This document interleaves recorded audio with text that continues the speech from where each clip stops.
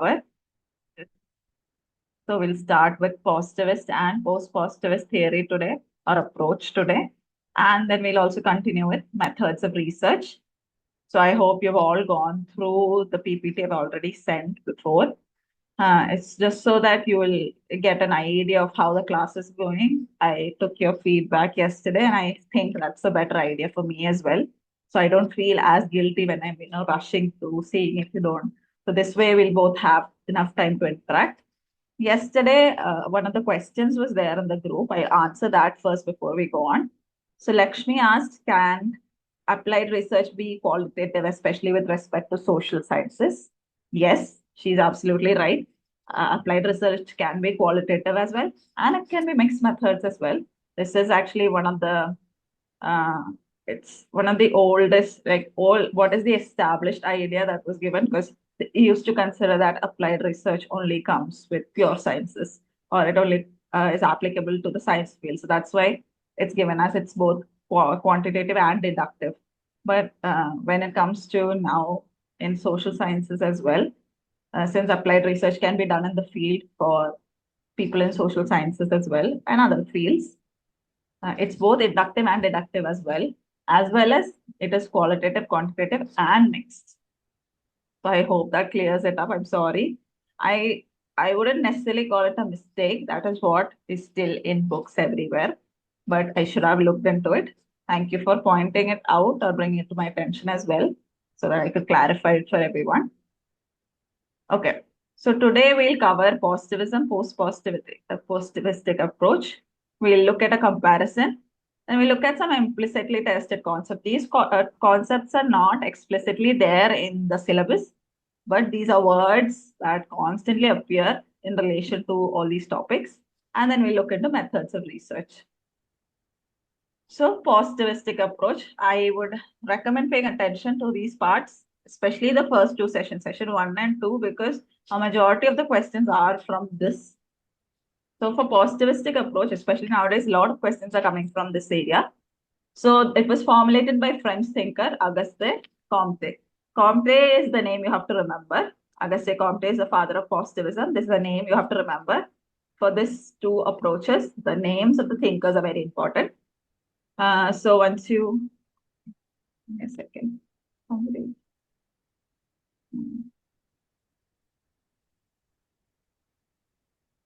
Oh, sorry. I forgot that I was supposed, sorry, ഞാൻ മലയാളത്തിൽ എടുക്കണം മറന്നുപോയി. സോ അഗസ്റ്റെ കോംപ്റ്റേനെ പറ്റിയാണ്. അതും പോസിറ്റിവിസ്റ്റിക് അപ്രോച്ച്. സോറി, ഞാൻ ആക്ച്വലി ഇംഗ്ലീഷിലാണ് ക്ലാസ് എടുക്കാറ്, അപ്പൊ മലയാളം വിട്ടുപോയതാ. ഓക്കെ, സോ അഗസ്റ്റെ കോംപ്റ്റെ ആണ് ഫ്രഞ്ച് തിങ്കർ ആയ ഒരാളാണ്, പോസിറ്റിവിസത്തിന്റെ ഫാദർ ഓഫ് പോസിറ്റിവിസം എന്ന് പറയുന്നത് അഗസ്റ്റെ കോംപ്റ്റെ ആണ്. അപ്പോ അതിന്റെ ബാക്കി ഡീറ്റെയിൽസ് നിങ്ങൾക്ക് വായിക്കാം. പക്ഷെ ഇതിന്റെ മെയിൻ ഐഡിയ, പോസിറ്റിവിസ്റ്റിക് അപ്രോച്ചിന്റെ റിസർച്ചിന്റെ പോസിറ്റിവിസ്റ്റിക് അപ്രോച്ചിന്റെ മെയിൻ ഐഡിയ എന്താണെന്ന് വെച്ചാൽ, കോംറ്റെ പറഞ്ഞത് വേൾഡ് ഓൾറെഡി ഓർഗനൈസ്ഡ് ആണ്. അതായത് അൺചേഞ്ചബിൾ നാച്ചുറൽ ലോസ് എന്ന് പറഞ്ഞൊരു സർട്ടൻ സെറ്റ് ഓഫ് ലോസിലാണ് ഓൾറെഡി വേൾഡ് ഓർഗനൈസ് ചെയ്തേക്കുന്നത്. അപ്പോൾ അതുകൊണ്ട് ഓൾറെഡി ഓർഗനൈസ്ഡ് ആയതുകൊണ്ട് ഒരു സയന്റിഫിക് മെത്തേഡിലൂടെ അത് മനസ്സിലാക്കാം. അതായത് അതിനെ തിയോളജിക്കൽ ആയിട്ട്, അതായത് ദൈവം അത് പറഞ്ഞു, അല്ലെങ്കിൽ റിലിജൻ അത് പറഞ്ഞു, ഒരു ബുക്ക് അത് പറഞ്ഞു, അല്ലെങ്കിൽ ഹൈപ്പോസ്റ്റാറ്റിക്കൽ മാനറിലൊന്നും മനസ്സിലാക്കേണ്ട ആവശ്യമില്ല. സയന്റിഫിക് മെത്തേഡിലൂടെ അത് മനസ്സിലാക്കിയെടുക്കാൻ പറ്റും. ലോകത്തെ എന്ത് ഫിനോമിന ആണെങ്കിലും അത് മനസ്സിലാക്കിയെടുക്കാൻ പറ്റും എന്നാണ് കോംറ്റെ പറയുന്നത്. അപ്പോ റിസർച്ചറിന് എന്തൊക്കെ കാണാനോ ഡയറക്ട്ലി ഫീൽ ചെയ്യാൻ പറ്റുന്നതും അത് അനലൈസ് ചെയ്യാൻ പറ്റുമെങ്കിലാണ് പോസിറ്റിവിസം അത് ഡിസ്കസ് ചെയ്യുന്നുള്ളൂ. അപ്പൊ പോസിറ്റിവിസം ഡിസ്കസ് ചെയ്യുന്ന അങ്ങനത്തെ ഇവന്റ്സ് ആണ്, നമുക്ക് ഡയറക്ട്ലി കാണാനും അനുഭവിക്കാനും അത് അനലൈസ് ചെയ്യാനും പറ്റുന്ന ഇഷ്യൂസ്. ഇപ്പൊ കോംറ്റയുടെ സ്റ്റെപ്സ് ഒക്കെ അത് വലിയ ഇമ്പോർട്ടൻറ്റ്. ഈ അണ്ടർലൈൻഡ് ആയ ലൈൻസ് ഒന്ന് കാര്യമായി ശ്രദ്ധിക്കുക. പിന്നെ പ്രോമിനന്റ് ഫിഗേഴ്സ് എന്ന് പറയുന്നത് Francis Bacon, John Locke, Isaac Newton, Moritz Schlick, Ernst Mach and Rudolf Carnap. ഇതിൽ ഏറ്റവും കണ്ടുവരുന്ന പേര് ഫ്രാൻസിസ് ബേക്കന്റെ ആണ്. ബാക്കി പേരുകൾ ഞാൻ ഇട്ടേക്കുന്നത് നമുക്ക് നെറ്റിലെ പാറ്റേൺ എങ്ങനെ മാറിക്കൊണ്ടിരിക്കാന്ന് പറയില്ല. അപ്പൊ അറ്റ്ലീസ്റ്റ് ഈ പേര് കാണുമ്പോൾ ഇവരെന്താ ചെയ്തതെന്ന് അറിയണ്ട. ഇവരെ പേര് കാണുമ്പോൾ പോസിറ്റിവിസ്റ്റിക് അപ്രോച്ച് ആയിട്ടാണ് ഇവര് റിലേറ്റഡ് എന്നുള്ള അണ്ടർസ്റ്റാൻഡിങ് നിങ്ങൾക്ക് ഉണ്ടാവണം. അറ്റ്ലീസ്റ്റ് അവരുടെ ലാസ്റ്റ് നെയിംസ് ആണ് യൂഷ്വലി യൂസ് ചെയ്യാറ്. അപ്പൊ അത് മാത്രം ഫോക്കസ് ചെയ്താൽ മതി നിങ്ങൾ. ഫ്രാൻസിസ് ബേക്കന്നോ ലോക്കെന്നോ ബേക്കൺ, ലോക്ക്, ന്യൂട്ടൺ, അങ്ങനത്തെ പേരുകളൊക്കെ ഒന്ന് ഓർത്ത് വെക്കാം. റീസെർച്ചറുടെ റോള് ഭയങ്കര ലിമിറ്റഡ് ആണ്. ഡാറ്റ കളക്ഷൻ, ഇന്റർപ്രിട്ടേഷൻ ചെയ്യാൻ മാത്രമാണ് റിസർച്ചർ അവിടെ ഉള്ളത്. നമ്മുടേതായ പേഴ്സണൽ ഇൻട്രസ്റ്റുകളോ അത് ഭയങ്കര ഒബ്ജക്റ്റീവ് ആണ്. അപ്പം നമ്മുടേതായ personal no provisions for human interest. മനുഷ്യന്റെ ഒരു ഇൻട്രസ്റ്റും അതിലൊരു ഭാഗമല്ല. അപ്പോൾ അഡോപ്റ്റ് ചെയ്യുന്ന ഡിഡക്റ്റീവ് അപ്രോച്ച് ആണ്. ഒരു ജനറൽ തിയറി ഉണ്ടാവും, പക്ഷെ ഒരു സ്പെസിഫിക് തിയറിയിലേക്ക് അല്ലെങ്കിൽ സ്പെസിഫിക് സൊല്യൂഷനിലേക്ക് വരുന്നത് വരെ ആണ് ഇത് ചെയ്യുന്നത്. അപ്പോൾ ജനറൽ തിയറിമ ബേസ് ടെസ്റ്റ് ഒക്കെ ചെയ്ത് സയന്റിഫിക് മെത്തേഡ് ഫോളോ ചെയ്തിട്ടാണ് ഒരു സൊല്യൂഷൻ അല്ലെങ്കിൽ ഒരു സംഭവം എക്സ്പ്ലെയിൻ ചെയ്യുന്നത്. അപ്പോൾ ക്വാണ്ടിറ്റേറ്റീവ് ആണ് പൊതുവെ ഈ രീതിയിൽ ചെയ്യാറ്. അപ്പൊ ലാസ്റ്റ് ലൈൻ ആണ് മെയിൻ ആയിട്ട്. സയന്റിഫിക് ആണ്, ഒബ്ജക്റ്റീവ് ആണ്, എംപെരിക്കൽ റിസർച്ച് ആണ്, റിയാലിറ്റി ഫിക്സ്ഡ് ആണ്. അതായത് മുന്നിലുള്ളത് എന്താണോ അത് ഫിക്സ്ഡ് ആണ്, അത് ഓർഗനൈസ്ഡ് ആണ്, അത് ഫിക്സ്ഡ് ആണ്, ആൻഡ് മെഷറബിളും ആണ്. അനലൈസ് ചെയ്യണമെങ്കിൽ മെഷറബിൾ ആയിരിക്കണം, ക്വാണ്ടിഫയബിൾ ആയിരിക്കണം. അപ്പോൾ റിയാലിറ്റി ഫിക്സ്ഡും ആണ്, മെഷറബിളും ആണ്, ഒബ്സർവബിളും വെരിഫൈയും ചെയ്യാൻ പറ്റുന്ന ഫാക്ടുകളാണ് നോളേജ് എന്നാണ് വിശ്വസിക്കുന്നത്. ആ നോളേജ് ആണ് ഏറ്റവും നല്ലതെന്ന് വിശ്വസിക്കുന്ന ഒരു അപ്രോച്ചാണ് പോസിറ്റിവിസ്റ്റ് അപ്രോച്ച്. ഈ ഒരു ഭാഗം ക്ലിയർ ആയെന്ന് വിചാരിക്കുന്നു. Very important. ഇനി പോസിറ്റിവിസ്റ്റിക് അപ്രോച്ചിന്റെ ലിമിറ്റേഷൻസ് നോക്കാം. ലിമിറ്റേഷൻസിൽ എക്സ്പീരിയൻസിനാണ്, അതായത് ഒരു വാലിഡ് സോഴ്സ് ഓഫ് നോളേജ് ആയി എടുക്കുന്നത്. എന്താണ് ആ റിസർച്ചർ കാണുന്ന അയാളുടെ എക്സ്പീരിയൻസിനെയാണ് നോളേജ് ആയിട്ട് എടുക്കുന്നത്. അയാൾ എന്ത് കാണുന്നു, അയാൾ എന്ത് ഫീൽ ചെയ്യുന്നു, അയാൾ എന്ത് നോക്കുന്നു, അത് ഫീൽ ചെയ്യുന്നു എന്ന സെൻസ് ഒബ്ജക്റ്റീവ്ലി എന്ത് ഫീൽ ചെയ്യുന്നു, അപ്പൊ അത് കണ്ടിട്ട് അത് ഇതാണ് എന്ന് പറയുന്നതാണ് not their personal feelings, rather അവരെന്ത് കാണുന്നു അല്ലെങ്കിൽ ആ ഒരു ഇത് അതുമേ റിയലൈസ് ചെയ്താണ് ഈ നോളേജ് ബേസ് ഉള്ളത് തന്നെ. അപ്പൊ അതൊരു ലിമിറ്റേഷൻ ആയിട്ടാണ് കാണുന്നത്. രണ്ടാമത്തത് മനുഷ്യന്റെ അല്ലെങ്കിൽ സോഷ്യൽ ഫിനോമിനയുടെ കുറെ ആസ്പെക്ട്സ് ഉണ്ട്. അതായത് ഭയങ്കര സബ്ജക്റ്റീവ് ആസ്പെക്ട്സ്, ഫീലിങ്സ്, അപ്പൊ നടക്കുന്ന ചുറ്റുമുള്ള കണ്ടംപററി കാര്യങ്ങള്, ഓരോ ഇഷ്യൂസ്, എന്തും ആകാം, കുറെ ഫാക്ടേഴ്സ് ഉണ്ടാവല്ലോ. അത് സബ്ജക്റ്റീവ്ലി നടക്കുന്ന കാര്യങ്ങളൊന്നും പോസിറ്റിവിസ്റ്റിക് അപ്രോച്ചിൽ കൺസിഡർ ചെയ്യുന്നില്ല. അവരുടെ ഇതെന്ന് വെച്ചാൽ റിയാലിറ്റി ഫിക്സ്ഡ് ആണ്, അത്രയേ ഉള്ളൂ. അതിനപ്പുറം ഫാക്ടേഴ്സ് അതിനെ അഫക്ട് ചെയ്യുന്നുണ്ടോ എന്നുള്ള പരിപാടി നോക്കുന്നില്ല. അപ്പോൾ അതൊരു വലിയ കാര്യം. പിന്നെ search for ideal and perfect scientific methodology and analysis. അപ്പോൾ ഇത് ടെസ്റ്റ് ചെയ്യണമെങ്കിൽ, അതായത് ഈ റിയാലിറ്റിന്റെ ബേസിസിൽ ഇതിന്റെ ഡാറ്റ വെരിഫൈ ചെയ്യണമെങ്കിൽ ഏറ്റവും ബെസ്റ്റ് സയന്റിഫിക് മെത്തഡോളജി എടുക്കണം, ബെസ്റ്റ് അനാലിസിസ് ചെയ്യണം. അത് പക്ഷെ ഭയങ്കര അൺറിയലിസ്റ്റിക് ആണ്. കാരണം അഗൈൻ വേറെ വേറെ ഫാക്ടറുകൾ നമ്മളെ എഫക്ട് ചെയ്യാം. പിന്നെ റിജക്ഷൻ ഓഫ് മെറ്റാഫിസിക്സ്. ഇതിൽ നിങ്ങൾ നോക്കേണ്ടത്, നിങ്ങൾക്ക് ഇപ്പൊ മെറ്റാഫിസിക്സ് എന്ന് പറഞ്ഞാൽ മനസ്സിലായില്ല എന്നൊക്കെയോ, റിജക്ഷൻ ഓഫ് മെറ്റാഫിസിക്സ് എന്നുള്ള ആ ലൈനില്ലേ, അത് മാത്രം ഓർത്ത് വെച്ചാൽ മതി. പോസിറ്റിവിസ്റ്റിക് അപ്രോച്ച് ഒരു റിജക്ഷൻ ഓഫ് മെറ്റാഫിസിക്സ് ആണ്. മെറ്റാഫിസിക്സ് എന്നുള്ള വാക്ക്, എപ്പിസ്റ്റമോളജി എന്നുള്ള വാക്ക്, ഓണ്ടോളജി എന്നുള്ള വാക്കുകളൊക്കെ വലിയ വലിയ വാക്കുകളാണ്. അതൊക്കെ ഇപ്പൊ സ്പെഷ്യലി നെറ്റിന്റെ പേപ്പറുകളിൽ കാണാം. അത് ഒന്നെങ്കിൽ നമ്മളെ ഡിസ്ട്രാക്ട് ചെയ്യാൻ വേണ്ടി അല്ലെങ്കിൽ നമ്മളെ പേടിപ്പിക്കാൻ വേണ്ടിയുള്ള വാക്കുകളാണ്. ജസ്റ്റ് അത് എന്ത് നമ്മളുടെ സിലബസിലുള്ള എന്ത് കോൺസെപ്റ്റ് ആയിട്ടാണ് അത് റിലേറ്റഡ് എന്ന് ഓർത്ത് വെക്കുക. മെറ്റാഫിസിക്സിന്റെ റിജക്ഷൻ എന്ന് പറയുമ്പോൾ പോസിറ്റിവിസ്റ്റിക് അപ്രോച്ച് ആണ് എന്നുള്ളൊരു കാര്യം നിങ്ങൾ മനസ്സിൽ വെക്കുക. അതായത് ഗോൾ ഓഫ് നോളജ്, അതായത് എന്താന്ന് വെച്ചാൽ പോസിറ്റിവിസ്റ്റിക് അപ്രോച്ച് പറയുന്നത് നമ്മുടെ നോളജിന്റെ ഗോൾ എന്താന്ന് വെച്ചാൽ നമ്മൾ എന്ത് കാണുന്നു അത് ഡിസ്ക്രൈബ് ചെയ്യുക എന്ന് മാത്രമാണ്. പക്ഷെ അങ്ങനെയല്ല. ഒരു നോളജ് പറഞ്ഞു കഴിഞ്ഞാൽ എന്ത് പറഞ്ഞെന്നാലും അത് ഒരു സാധനം അതുപോലെ തന്നെ പറഞ്ഞാൽ അതാണ് നോളജ്. അതിനെപ്പറ്റി ക്വസ്റ്റ്യൻ ചെയ്യോ അല്ലെങ്കിൽ അത് എന്താണെന്ന് അന്വേഷിക്കുക, അതിന് ഇനിയും ഉണ്ടോ എന്ന് അന്വേഷിക്കുക. അതാണല്ലോ ശരിക്കും റിസർച്ചിന്റെ ഒരു ബേസിസും മനുഷ്യന് നോളജിനെ സീക്ക് ചെയ്യുന്നതിന്റെ ബേസിസും ഒക്കെ. അപ്പൊ അതാണ് പോസിറ്റിവിസ്റ്റിക് അപ്രോച്ചിന്റെ മൊത്തത്തിലുള്ള ഒരു ലിമിറ്റേഷൻ എന്ന് പറയാം. അങ്ങനെയാണ് പോസ്റ്റ് പോസിറ്റിവിസ്റ്റിക് എന്തും വരുന്നതിന്റെ ഒരു റിയാക്ഷൻ ആയിട്ട് അല്ലെങ്കിൽ ഒരു റിവിഷൻ ആയിട്ട് വരുന്നതാണ് അതിന്റെ ഓപ്പോസിറ്റോ അല്ലെങ്കിൽ അതിനോട് ചേർന്ന ഒരു സാധനം. പോസ്റ്റ് പോസിറ്റിവിസ്റ്റിക് എന്ന് പറഞ്ഞാൽ അതിന്റെ ഓപ്പോസിറ്റ് ആയിട്ടുള്ള അപ്രോച്ച് അല്ല, അതിനെ കുറിച്ച് മാറിയുള്ള അപ്രോച്ചാണ്. അതായത് അതിന്റെ കുറച്ച് റിവൈസ്ഡ് അപ്രോച്ച് ആണെന്ന് പറയാം. കറക്റ്റ് ഓപ്പോസിറ്റ് അപ്രോച്ച് ആണെങ്കിൽ ഇന്റർപ്രറ്റിവിസ്റ്റ് അപ്രോച്ച് എന്ന് പറയാം. അത് നമുക്ക് കുറച്ച് കഴിഞ്ഞിട്ട് നോക്കാം.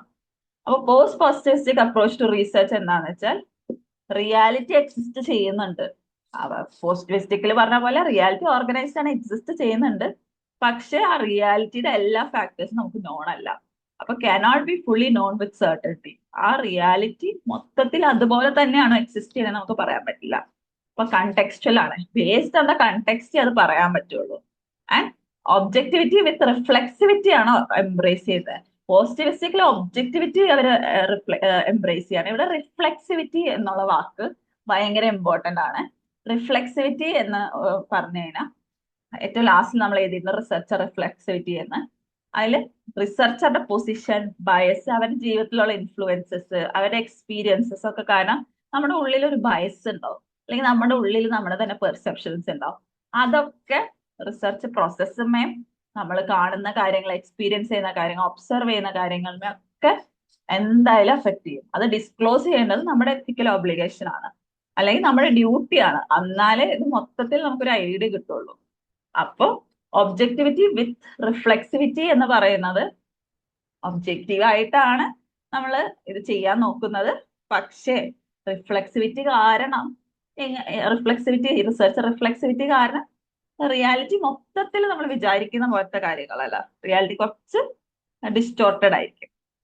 പിന്നെ അപ്പൊ അതിനെയാണ് ക്രിറ്റിക്കൽ റിയലിസം എന്നും പറയുന്നത്. Reality exist but is not it's only imperfectly knowable. മൊത്തത്തിൽ നമുക്ക് അത് അറിയില്ല. ക്രിറ്റിക്കൽ റിയലിസം, ഇങ്ങനത്തെ ഞാൻ അണ്ടർലൈൻ ചെയ്തേക്കുന്ന വാക്കുകളൊക്കെ ഒന്ന് നോക്കി വെച്ചേക്കണേ. പ്രോബബിലിസ്റ്റിക് നോളജ്, നോളജ് ടെന്റേറ്റീവ് ആണ്, സബ്ജക്ട് റിവിഷൻ ആണ്. നമ്മൾ പോസിറ്റിവിസ്റ്റിക്കിന്റെ ലിമിറ്റേഷൻസ് പറഞ്ഞപ്പോൾ ഞാൻ പറഞ്ഞു, അവിടെ പറയുന്ന നോളജ് എന്താണോ കാണുന്നത് അതാണ്. പക്ഷെ ഇതിൽ പറയുന്നത് നോളജ് ഭയങ്കര ടെന്റേറ്റീവ് ആണ്. ചിലപ്പോൾ പുതിയ കാര്യങ്ങൾ വരാം, പുതിയ കാര്യങ്ങൾ പ്രൂവ് ചെയ്യപ്പെടാം, എക്സിസ്റ്റിംഗ് നോളജ് ഡിസ്പ്രൂവ് ചെയ്യപ്പെടാം. അപ്പൊ എന്താ പറ്റിയത്, മാറിക്കൊണ്ടിരിക്കും. അപ്പോ ടെന്റേറ്റീവ്, ഓപ്പൺ ടു റിവിഷൻ, കണ്ടെക്സ്റ്റുവൽ, ഇങ്ങനത്തെ വാക്കുകളൊക്കെ കണ്ടു കഴിഞ്ഞാൽ അത് പോസ്റ്റ് പോസിറ്റിവിസ്റ്റിക് അപ്രോച്ച് ആണ് ആലോചിക്കുക. പിന്നെ ഫേവേഴ്സ് മിക്സ് മെത്തേഡ്സ് ആണ് യൂസ് ചെയ്യുക. ക്വാണ്ടിറ്റേറ്റീവും ക്വാളിറ്റേറ്റീവും ആയിട്ട് യൂസ് ചെയ്യാം. അതുപോലെ ഇൻഡക്റ്റീവും ഡിഡക്റ്റീവ് റീസണിങ് ഉപയോഗിക്കുക. തുടങ്ങുമ്പോൾ ചിലപ്പോൾ ഇൻഡക്റ്റീവ്ലി ആയിരിക്കും സ്റ്റഡി തുടങ്ങിയിട്ടുണ്ടാവും, പക്ഷെ അവസാനം ഡെഡ്യൂസ് ചെയ്തെടുക്കുകയാണ്, കിട്ടിയ ഇൻഫർമേഷൻ ഒക്കെ ഡെഡ്യൂസ് ചെയ്തെടുക്കുകയാണ്. അപ്പൊ രണ്ട് റീസണിങ് യൂസ് ചെയ്ത് പോസ്റ്റ് പോസിറ്റിവിസ്റ്റിക് കുറേയും കൂടെ ഹോളിസ്റ്റിക് ആണ്. അപ്പോൾ അതാണ് പോസ്റ്റ് പോസിറ്റിവിസ്റ്റിക് അപ്രോച്ച്. അതിൽ തന്നെ കുറച്ച് ഇപ്പൊ ആയിട്ട് വരുന്ന കുറച്ച് തിയറികൾ ഉണ്ട്. ഇതൊന്നും ആദ്യം ഞാൻ കണ്ടിട്ടേ ഇല്ല, പക്ഷെ ഇപ്പൊ ആയിട്ട് ഭയങ്കര ചോദിക്കുന്നുണ്ട്, ഫോൾസിഫിക്കേഷൻ ഒക്കെ. അപ്പൊ നമുക്കതൊന്ന് നോക്കാം. കാൾ പോപ്പറുടെ ഫോൾസിഫിക്കേഷൻ തിയറിയാണ്. പോപ്പർ എന്ന ഫോൾസിഫിക്കേഷൻ എന്നുള്ള വാക്കുകൾ നല്ല റിലേറ്റഡും ആണ്, എപ്പോഴും ഓർത്ത് വെക്കേണ്ടതാണ്. കുറെ മാച്ച് ദ ഫോളോയിങ്ങിലും ഉണ്ട്. ഇപ്പൊ ബേസിക്കലി ഫോൾസിഫിക്കേഷൻ തിയറിയിൽ ഇതാ പറയുന്നത്, ഒരു തിയറി സയന്റിഫിക് ആവണമെങ്കിൽ അത് ടെസ്റ്റ് ചെയ്ത് പൊട്ടൻഷ്യലി അത് സത്യമല്ല എന്ന് പറയാൻ പറ്റുന്ന ഇതായിരിക്കണം. അതായത് സയന്റിഫിക് ആവും, ചിലപ്പോൾ ഒരു തിയറി ഉണ്ടാവും, അത് വെരിഫൈഡ് ആയിരിക്കും ആ തിയറി, പക്ഷെ അത് ടെസ്റ്റ് ചെയ്ത് അത് ഡിസ്പ്രൂവ് ചെയ്യാൻ പറ്റണം, എന്നാലേ അത് സയന്റിഫിക് ആവുള്ളൂ. അതാണ് ഫോൾസിഫിക്കേഷൻ തിയറി. ഫോൾസിഫൈ ചെയ്യാൻ പറ്റണം ഒരു തിയറി, എന്നാലേ അത് കാൾ പോപ്പറുടെ ഫോൾസിഫിക്കേഷൻ തിയറി ആവുള്ളൂ, അല്ലെങ്കിൽ അത് സയന്റിഫിക് തിയറി ആവുള്ളൂ. അപ്പൊ വെരിഫിക്കേഷൻ ഒരിക്കലും കൺക്ലൂസീവ് ആവരുത്, അത് ഒരിക്കലും അടച്ചു കളയരുത്. തിയറീസ് എപ്പോഴും ടെസ്റ്റിങ്ങിലൂടെ ഡിസ്പ്രൂവ് ചെയ്യാൻ പറ്റണം, നമ്മൾ ചെയ്തുകൊണ്ടും ശ്രമിച്ചുകൊണ്ടും ഇരിക്കണം, എന്നാലേ നമ്മുടെ നോളജ് ബേസ് വലുതായിക്കൊണ്ടിരിക്കുള്ളൂ. അപ്പൊ theory should be testable and disprovable. ഒരു തിയറി കൺക്ലൂസീവ് അല്ല, എപ്പോഴും അത് മാറിക്കൊണ്ടിരിക്കും എന്നുള്ള വിശ്വാസം നമ്മൾക്ക് വേണം. പിന്നെ പോസിറ്റിവിസത്തില് ആ വെരിഫയബിലിറ്റി എന്നാണ് അതിനെ പറയാ. അതായത് എല്ലാം വെരിഫൈഡ് ആണ്, വെരിഫിക്കേഷൻ മാത്രം മതി അവിടെ. പക്ഷെ നമ്മൾ പോസ്റ്റ് പോസിറ്റിവിസത്തിലാണ് നമ്മൾ ട്രൈ ചെയ്യുന്ന എന്താ, അത് അവിടെ വെരിഫൈ ചെയ്ത് അത് ഉറപ്പിക്കുന്നുണ്ട് അവര്. പക്ഷെ ഇവിടെ നമ്മൾ പൊട്ടൻഷ്യലി ഇത് ഫോൾസിഫൈഡ് ആണ് അല്ലെങ്കിൽ തെറ്റാണെന്ന് നമ്മൾ പിന്നെയും പ്രൂവ് ചെയ്യാൻ നോക്കുന്നുണ്ട്. കുറെ റീസേർച്ചേഴ്സ് പിന്നെയും നോക്കുന്നുണ്ട്. അപ്പോ so research should develop bold hypothesis and be open to refutation. Refutation എന്ന് പറഞ്ഞു കഴിഞ്ഞാലും ഫോൾസിഫൈഡ് അല്ലെങ്കിൽ അത് തെറ്റാണെന്ന് പറയുക, ഡിസ്പ്രൂവ് ആണെന്ന് പറയാ. അപ്പൊ അങ്ങനത്തെ വാക്കുകളും ശ്രദ്ധിക്കുക. റെഫ്യൂട്ടബിൾ എന്നൊക്കെ പറഞ്ഞാൽ അറിഞ്ഞൂടെങ്കിൽ നിങ്ങൾക്ക് ബുദ്ധിമുട്ടാകും. അപ്പൊ അങ്ങനത്തെ വാക്കുകളൊന്നും ശ്രദ്ധിക്കാം. അപ്പൊ Popper is a central figure for falsifiability, refutability, testing boundaries of theories. ഇങ്ങനത്തെ വാക്കുകളൊക്കെ വന്നു കഴിഞ്ഞാൽ പോസ്റ്റ് പോസിറ്റിവിസം ആണ് എന്നുള്ള കാര്യം നിങ്ങൾ ആലോചിക്കുക. പോപ്പറുടെ ഫോൾസിഫിക്കേഷൻ തിയറി ആണെന്നും കൂടെ ആലോചിക്കുക. അടുത്തത് theory ladenness of observation, Hanson and Kuhn. ഈ രണ്ട് വാക്കുകളും അഗൈൻ രണ്ട് തിങ്കേഴ്സ് ആണ്, ഇവരുടെ പേരും ഇപ്പൊ കണ്ടുവരുന്നുണ്ട്. ബേസിക്കലി എല്ലാ ഒബ്സർവേഷനും തിയറീസ്, ബിലീഫ്സ്, ഒബ്സർവറുടെ എക്സ്പെക്ടേഷൻസ് ഒക്കെ ആയിട്ട് ഇൻഫ്ലുവൻസ്ഡ് ആണ്. നമ്മൾ എന്ത് കണ്ടാലും അത് ഇൻഫ്ലുവൻസ്ഡ് ആണ്. നമ്മൾ നമുക്ക് എന്തറിയാവോ അതാണ് നമ്മൾ കാണുന്നത്. ഇപ്പൊ ഞാനിപ്പോ സോഷ്യൽ വർക്കറാണ്. എനിക്ക് സോഷ്യൽ വർക്ക് പ്രിൻസിപ്പൾസും തിയറീസും ഞാൻ പഠിച്ച ഒരു ഫുൾ ഇതുണ്ടല്ലോ എനിക്ക്. അപ്പൊ അത് വെച്ചിട്ട് ഞാനൊരു സിറ്റുവേഷൻ കാണുന്നതും അത് പഠിക്കാത്ത ഒരാൾ, ഇപ്പൊ സയൻസ് ഫീൽഡിലുള്ള ഒരാൾ അതേ സിറ്റുവേഷൻ കാണുമ്പോൾ നമ്മൾ റിയാക്ട് ചെയ്യുന്ന അല്ലെങ്കിൽ നമ്മൾ കാണുന്നത് രണ്ട് സിറ്റുവേഷൻസ് ആണ്. ഒരു വയസ്സായ ആള് ബെഗ് ചെയ്യുന്നു. അപ്പൊ നമുക്കറിയാം ചിലപ്പോൾ ഒബ്ജക്റ്റീവ്ലി കാണുന്ന ഒരാള് സയൻസിൽ ജസ്റ്റ് ഒരു ഹൈപ്പോത്തറ്റിക്കൽ ഇതാണ് സിറ്റുവേഷൻ, ആരും ഒഫൻസ് എടുക്കരുത്. ഇപ്പൊ സയൻസ് ബാക്ക്ഗ്രൗണ്ട് ആരെങ്കിലും ചിലപ്പോൾ കണ്ടിട്ട് വിചാരിക്കും ബെഗർ സെറ്റ് ആണല്ലോ, അപ്പൊ നമ്മള് അതിനെ സപ്പോർട്ട് ചെയ്യരുത്. അതിൽ ഒരു തെറ്റുമില്ല, കറക്റ്റ് ആണ്. ബെഗേഴ്സിന് നമ്മൾ കാശ് കൊടുക്കരുത്, അവരുടെ ബെക്കറി എന്നുള്ള ഒരു സംഭവം നമ്മൾ സപ്പോർട്ട് ചെയ്യരുത്.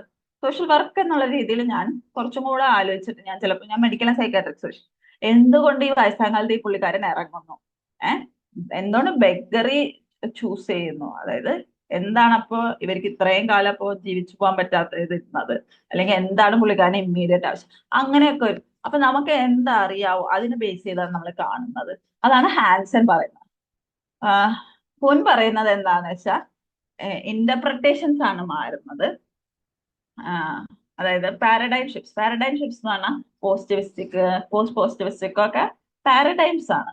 പാരഡൈം ഷിഫ്റ്റ്സ് ഒക്കെ പാരഡൈംസ് ഇങ്ങോട്ട് അങ്ങോട്ട് ഷിഫ്റ്റ് ചെയ്യുന്ന അല്ലെങ്കിൽ ആൾക്കാരുടെ ഐഡിയാസ് മാറുന്നത് എന്താന്ന് വെച്ചാൽ ആൾക്കാരുടെ ഇന്റർപ്രിട്ടേഷൻസ് മാറുന്നതുകൊണ്ടാണ്. അതായത് ആൾക്കാരുടെ സ്വന്തം തിയറീസ്, സ്വന്തം ബിലീഫ്സ്, ചുറ്റും നടക്കുന്ന കാര്യങ്ങളൊക്കെ കാരണം ഇന്റർപ്രിട്ടേഷൻ മാറുന്നതുകൊണ്ടാണ് ഈ ഷിഫ്റ്റ്സ് ഒക്കെ നടക്കുന്നത്. ഡാറ്റ പുതിയത് കിട്ടിക്കൊണ്ടിരിക്കുന്നതുകൊണ്ട് മാത്രമല്ല, ഡാറ്റ കിട്ടും തോറും ആൾക്കാരും മാറിക്കൊണ്ടിരിക്കുകയാണ്. അപ്പൊ അത് അവരെ ഇന്റർപ്രറ്റ് ചെയ്യുന്ന രീതികളാണ്. ആ കാലത്ത് ആൾക്കാരെ എങ്ങനെയാണോ ഇന്റർപ്രറ്റ് ചെയ്യുന്നത് അതിന്റെ ബേസിസിലാണല്ലോ ബാക്കി നടക്കുന്നത്. പിന്നെ ഇംപ്ലിക്കേഷൻ എന്താ വെച്ചാൽ പ്യുവർ ഒബ്ജക്ടിവിറ്റി ഒരു മിത്താണ്. അത് നമ്മൾ പറഞ്ഞിട്ടുണ്ടായി. ഒബ്ജക്ടിവിറ്റി മൊത്തത്തിൽ ഉണ്ടാവില്ല, കുറെ ഫാക്ടേഴ്സ് ഇൻവോൾവ് ആയതുകൊണ്ട് ഒബ്ജക്ടിവിറ്റി എപ്പോഴും ഉണ്ടാവുന്ന ഒരു കാര്യമല്ല. ലൈക് പ്യുവർ ഒബ്ജക്റ്റീവായി നിൽക്കാൻ നോക്കും, അപ്പോഴും ബയസസ് ഉണ്ട് എന്നുള്ളൊരു കാര്യം നമ്മൾ അക്നോളജ് ചെയ്യേണ്ടതാണ് 100%. Okay, so a question that talks about observation being subjective and paradigm shaping perception refers to. Okay, ഇത് ജസ്റ്റ് നിങ്ങൾക്ക് ഒരു ടിപ്പാണ് എന്ത് വാക്കുകളാണ് ശ്രദ്ധിക്കേണ്ടത് എന്നുള്ളത്. ഓക്കെ, ഇത്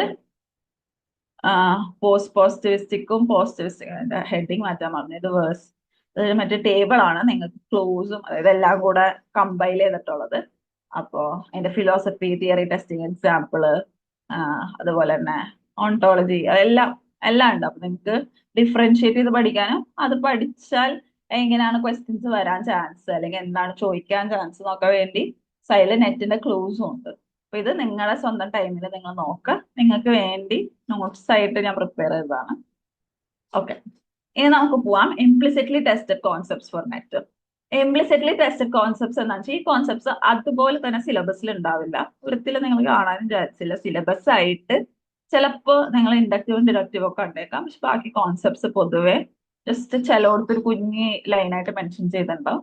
ഇത് മോസ്റ്റ്ലി ക്വസ്റ്റ്യൻ പേപ്പേഴ്സിൽ ഞാൻ കണ്ട വാക്കുകൾ കണ്ടിട്ട് ഞാൻ പിന്നെ അതിന് എങ്ങനെ ഇതൊക്കെ കണക്റ്റഡ് ആണ് നോക്കി വെച്ചിരിക്കുന്നത്. ഇപ്പൊ ഡിഡക്റ്റീവ് ജനറൽ തിയറിന്ന് നമ്മൾ ഡെഡ്യൂസ് ചെയ്തത് സ്പെസിഫിക് ഹൈപ്പോത്തിസിസിലേക്ക് എടുത്താണ്. അത് കഴിഞ്ഞിട്ടാണ് പിന്നെ ഡാറ്റ കളക്ഷൻ ഒക്കെ നടക്കുന്നത്.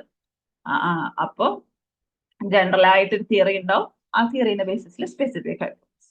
ഇൻഡക്റ്റീവ് എന്ന് പറഞ്ഞു കഴിഞ്ഞാൽ സ്പെസിഫിക് ആയിട്ട് ഡാറ്റ ഉണ്ടാവും, പിന്നെ നമ്മൾ അതിൽ നിന്ന് പാറ്റേൺസും പിന്നെ ബ്രോഡർ തിയറി. ഇത് നമ്മുടെ PDF ആയതുകൊണ്ട് ആ ആരോ സയൻസ് ഒക്കെ ഇങ്ങോട്ട് പോകുന്നുണ്ട്. അപ്പൊ സ്പെസിഫിക്കും പിന്നെ അത് പാറ്റേൺസോ പിന്നെ അതൊരു ബ്രോഡർ തിയറി ആയിട്ട് ഡെവലപ്പ് ചെയ്യാൻ പറ്റും. അപ്പൊ അതാണ് ഇൻഡക്റ്റീവ് ഡിഡക്റ്റീവ് റീസണിങ്. ഭയങ്കര സിമ്പിൾ ആയിട്ടുള്ള ഒരു കാര്യമാണ്. നെറ്റിൽ യൂഷ്വലി അത് എങ്ങനെയാണ് പോസിറ്റിവിസ്റ്റിക് ഇതിലേക്ക് ഡിഡക്റ്റീവ് റീസണിങ് എങ്ങനെയാണ് പോസിറ്റിവിസ്റ്റിക് ഇതിലേക്ക് റിലേറ്റഡ്, അത് ക്വാണ്ടിറ്റേറ്റീവിലേക്ക് റിലേറ്റഡ്, അതുപോലെ ഇൻഡക്റ്റീവ് ക്വാളിറ്റേറ്റീവിലേക്കാണ് റിലേറ്റഡ്. അങ്ങനത്തെ കുറച്ച് ക്വസ്റ്റ്യൻസ് ആണ് വരാൻ ചാൻസ്. എങ്ങനെയാണ് ഇത് കണക്ട് ചെയ്യാൻ പറ്റുന്നത്? അപ്പൊ നിങ്ങൾ എന്ത് പഠിച്ചാലും അത് കണക്ട് ചെയ്ത് പഠിക്കാൻ പറ്റുമോ നോക്കണം. ഇന്റർപ്രറ്റീവ്സ് നമ്മൾ ഇപ്പോൾ ഡിസ്കസ് ചെയ്യും. അടുത്തത് ഇതിന്റെ ഈ രണ്ട് സ്ലൈഡ് നമ്മൾ ഡിസ്കസ് ചെയ്യും. അപ്പൊ ഇതെല്ലാം നമ്മൾ എന്ത് പഠിച്ചാലും കണക്ട് ചെയ്ത് പഠിക്കാൻ നോക്കാം. അങ്ങനെ കണക്ട് ചെയ്തപ്പോഴാണ് എനിക്ക് ഈ ഒരു ഇത് കിട്ടിയത്. അപ്പൊ നിങ്ങളും അത് ഓർത്ത് വെക്കുക. അടുത്തത് hypothesis testing versus hypothesis generation. അതെന്താണെന്നല്ല നിങ്ങൾ അറിയേണ്ടത്, എന്തായിട്ടാണ് അത് കണക്റ്റഡ് എന്ന് നോക്കാം. ഹൈപ്പോത്തിസിസ് ടെസ്റ്റിംഗ് ആ പോസിറ്റിവിസ്റ്റ് ആണ്. കാരണം നമ്മൾ ടെസ്റ്റ് ചെയ്യാണ് തിയറീസ്, ടെസ്റ്റ് ചെയ്ത് പ്രൂവ് ചെയ്യാണ്. അതാണ് അതിന്റെ ആകെ ഗോള്. ഹൈപ്പോത്തിസിസ് ജനറേഷൻ അത് ക്വാളിറ്റേറ്റീവില്, ഗ്രൗണ്ടഡ് തിയറി, എക്സ്പ്ലോറേറ്ററി റിസർച്ചിലൊക്കെയാണ്. ഹൈപ്പോത്തിസിസ് ടെസ്റ്റിംഗ് പോസിറ്റിവിസ്റ്റിലാണ് എന്നുള്ള കാര്യം നിങ്ങൾ ഈ ഒരു കോണ്ടെക്സ്റ്റിൽ ഓർത്തിരിക്കുക. മെത്തേഡ് പാരഡൈം ഫിറ്റ് അത് ബേസിക്കലി 2 ലിസ്റ്റ് തരും. അതിൽ നിന്ന് നമ്മൾ ഇങ്ങനെ മാച്ച് ചെയ്യാൻ വേണ്ടി കുറെ ക്വസ്റ്റ്യൻസ് വരാം. അതിൽ കണ്ടുവരുന്ന ഒരു ക്വസ്റ്റ്യൻ ഹൈപ്പോത്തിസിസ് ടെസ്റ്റിംഗ് പോസിറ്റിവിസ്റ്റ് ആയിട്ട് അല്ലെങ്കിൽ എക്സ്പെരിമെന്റൽ റിസർച്ച് ആയിട്ടൊക്കെ മാച്ച് ചെയ്യാം, അല്ലെങ്കിൽ പോസിറ്റിവിസ്റ്റ് എക്സ്പെരിമെന്റൽ റിസർച്ച് ആയിട്ട് മാച്ച്, അങ്ങനത്തെ കുറച്ച് ഇത് വരും. അപ്പൊ അതിനു വേണ്ടി ഹെൽപ്ഫുൾ ആയിട്ടൊരു കാര്യം ട്രയാങ്കുലേഷൻ എന്ന് പറഞ്ഞാൽ യൂഷ്വലി നമ്മൾ ക്വാളിറ്റേറ്റീവ് റിസർച്ച് മുന്നേ പഠിച്ചിട്ടുണ്ടെങ്കിലോ അല്ലെങ്കിൽ ക്വാളിറ്റേറ്റീവ് റിസർച്ചിനൊക്കെ കേട്ടാൽ ട്രയാങ്കുലേഷനെ പറ്റി പൊതുവെ കേട്ടിട്ടുണ്ടാവും. ബേസിക്കലി നമ്മൾ കുറെ മെത്തേഡ്സ് ഒക്കെ യൂസ് ചെയ്ത് കഴിഞ്ഞാൽ നമ്മുടെ ഡാറ്റ മൊത്തത്തിൽ ഒന്ന് വെരിഫൈ ചെയ്യണം, ഇതൊക്കെ ഇന്റർ കണക്റ്റഡ് ആണോ. ഇന്റർ കണക്റ്റഡ് ആണെങ്കിൽ ഇത് നമ്മുടെ ഡാറ്റനെ കൂടുതലായിട്ട് പ്രൂവ് ചെയ്യും. അതായത് ഇപ്പൊ നമ്മൾ ക്വാണ്ടിറ്റേറ്റീവും ക്വാളിറ്റേറ്റീവും ചെയ്ത് നിൽക്കാം. നമ്മുടെ ക്വാണ്ടിറ്റേറ്റീവിന്ന് കിട്ടിയ ഡാറ്റ ലൈക്ക് ഔട്ട്പുട്ടും ക്വാളിറ്റേറ്റീവ് നിന്ന് കിട്ടിയ ഇൻസൈറ്റ്സും ഇങ്ങോട്ടും അങ്ങോട്ടും മാച്ച് ചെയ്യുന്നുണ്ടോ, അല്ലെങ്കിൽ എവിടെയാണ് ഡൈവേർജ് ചെയ്യുന്നത്, എന്താണ് പ്രൂവ്. അപ്പൊ ഇതൊരു മൊത്തത്തില് അപ്പൊ use multiple methods, data sources, theories in A single study. അതാണ് ബേസിക്കലി മൾട്ടിപ്പിൾ മെത്തഡോളജീസ് അല്ലെങ്കിൽ തിയറീസ് എവിടെ ഡൈവേർജ് ചെയ്യുന്നത്, എവിടെ കൺവേർജ് ചെയ്യുന്നതെന്നൊക്കെ നോക്കുന്നതാണ് ട്രയാങ്കുലേഷൻ. മിക്സ്ഡ് മെത്തേഡ്സിലാണ് യൂഷ്വലി കണ്ടുവരുന്നത്. ശരിയാണ്, മിക്സ്ഡ് മെത്തേഡ്സിലാണ് കണ്ടുവരുന്നത്. അല്ലെങ്കിൽ പോസ്റ്റ് പോസിറ്റിവിസ്റ്റ് അപ്രോച്ചസ്. പോസ്റ്റ് പോസിറ്റിവിസ്റ്റിലാണല്ലോ ഒരു മിക്സ് മെത്തേഡ്സ് കൂടുതൽ ഉപയോഗിക്കുന്നത്. മിക്സ് മെത്തഡോളജി ആണ് യൂസ് ചെയ്യുന്നത് പോസ്റ്റ് പോസിറ്റിവിസ്റ്റിൽ. അപ്പോ എങ്ങനെയാണ് ഇപ്പൊ ഇതെല്ലാം കണക്റ്റഡ് എന്ന് മനസ്സിലായില്ലേ? മിക്സ് മെത്തേഡ്സ്, ട്രയാങ്കുലേഷൻ മിക്സ് മെത്തേഡ്സിലാണ് യൂസ് ചെയ്യുന്നത്. മിക്സ് മെത്തേഡ്സ് ആണ് പോസ്റ്റ് പോസിറ്റീവ് അപ്രോച്ച് യൂസ് ചെയ്യുന്നത്. അപ്പൊ ഇതെല്ലാം കണക്റ്റഡ് ആണ്. അങ്ങനെ നിങ്ങൾ ആലോചിക്കുക. ആ ട്രയാങ്കുലേഷൻ എന്നുള്ള വാക്ക് കുറെ MCQs ഡിസ്ട്രാക്ടർ വേർഡ് ആയിട്ട് എല്ലാവരും കാണുമ്പോൾ ട്രയാങ്കുലേഷൻ അയ്യോ വലിയ വാക്ക്, ഇതായിരിക്കും ആൻസർ എന്ന് പറഞ്ഞാൽ ടിക്ക് ചെയ്യും. കറക്റ്റ് ആകാം. ഇപ്പൊ ക്വാളിറ്റേറ്റീവിനെ പറ്റിയോ കേസ് സ്റ്റഡിനെ പറ്റിയോ ചിലപ്പോൾ ഇങ്ങനെ മിക്സ്ഡ് മെത്തേഡിനെ പറ്റിയൊക്കെ ആണെങ്കിൽ അതായിരിക്കും ഓപ്ഷൻ. പക്ഷെ പൊതുവെ അവരതൊരു ഡിസ്ട്രാക്ടർ എന്നുള്ള രീതിയിൽ ഇടുന്നതാണ്. അപ്പോൾ നിങ്ങൾ ശ്രദ്ധിച്ച് വായിച്ചിട്ട് വേണം അത് ചെയ്യാൻ. ഇനി ഇനിയുള്ള 2 ഇതാണ് എപ്പിസ്റ്റമോളജിയും ഓണ്ടോളജിയും. എപ്പിസ്റ്റമോളജിയിൽ അല്ല ഓണ്ടോളജിയിൽ നമ്മൾ നോക്കുന്നത് ബേസിക്കലി റിയാലിറ്റി ഒബ്ജക്റ്റീവ് ആണോ സബ്ജക്റ്റീവ് ആണോ എന്നുള്ളത്. എപ്പിസ്റ്റമോളജിയിൽ നോക്കുന്നത് നമുക്ക് എങ്ങനെയാണ് നമുക്ക് അറിയാവുന്ന കാര്യം നമുക്ക് അറിയുന്നേ എന്നുള്ളതാണ്. ബേസിക്കലി ഓണ്ടോളജി എപ്പിസ്റ്റമോളജി നിങ്ങളിപ്പോ പോസിറ്റിവിസ്റ്റിന്റെ ആ ടേബിൾ എടുത്തു നോക്കിയാലും അതിൻ്റെതായ സ്പെസിഫിക് ടേബിൾസിൽ തന്നെ അതിൻ്റെതായ സെക്ഷൻസ് ഉണ്ട് ഓണ്ടോളജി. അപ്പോൾ റിയാലിറ്റി ഒബ്ജക്റ്റീവ് ആണോ സബ്ജക്റ്റീവ് ആണോ എന്നുള്ളൊരു കാര്യം. അപ്പോൾ പോസിറ്റിവിസ്റ്റ് ആകുമ്പോൾ ഒബ്ജക്റ്റീവ് ആണ്, പോസ്റ്റ് പോസിറ്റിവിസ്റ്റ് ആകുമ്പോൾ ഒബ്ജക്റ്റീവ് ആണ് ബട്ട് വിത്ത് റിഫ്ലെക്സിവിറ്റി. സബ്ജക്റ്റീവ് ആകുമ്പോൾ എന്താവുന്നത് ഇന്റർപ്രറ്റേഴ്സ് ആണ്. അതാണ് നമ്മൾ നെക്സ്റ്റ് ഡിസ്കസ് ചെയ്യാം. എപ്പിസ്റ്റമോളജി എന്ന് പറഞ്ഞു കഴിഞ്ഞാൽ നേച്ചർ ഓഫ് നോളജ് ആണ്. അപ്പോ ഇതാവുമ്പോൾ പോസിറ്റിവിസ്റ്റ് ആകുമ്പോൾ നമ്മൾ കാണുന്നതാണ് സത്യം, അതാണ് നമ്മുടെ നോളജ്. പോസ്റ്റ് പോസിറ്റിവിസ്റ്റ് ആകുമ്പോൾ എന്താണ് നമ്മുടെ നോളജ് എങ്ങനെയാ വരുന്നത്, നമുക്ക്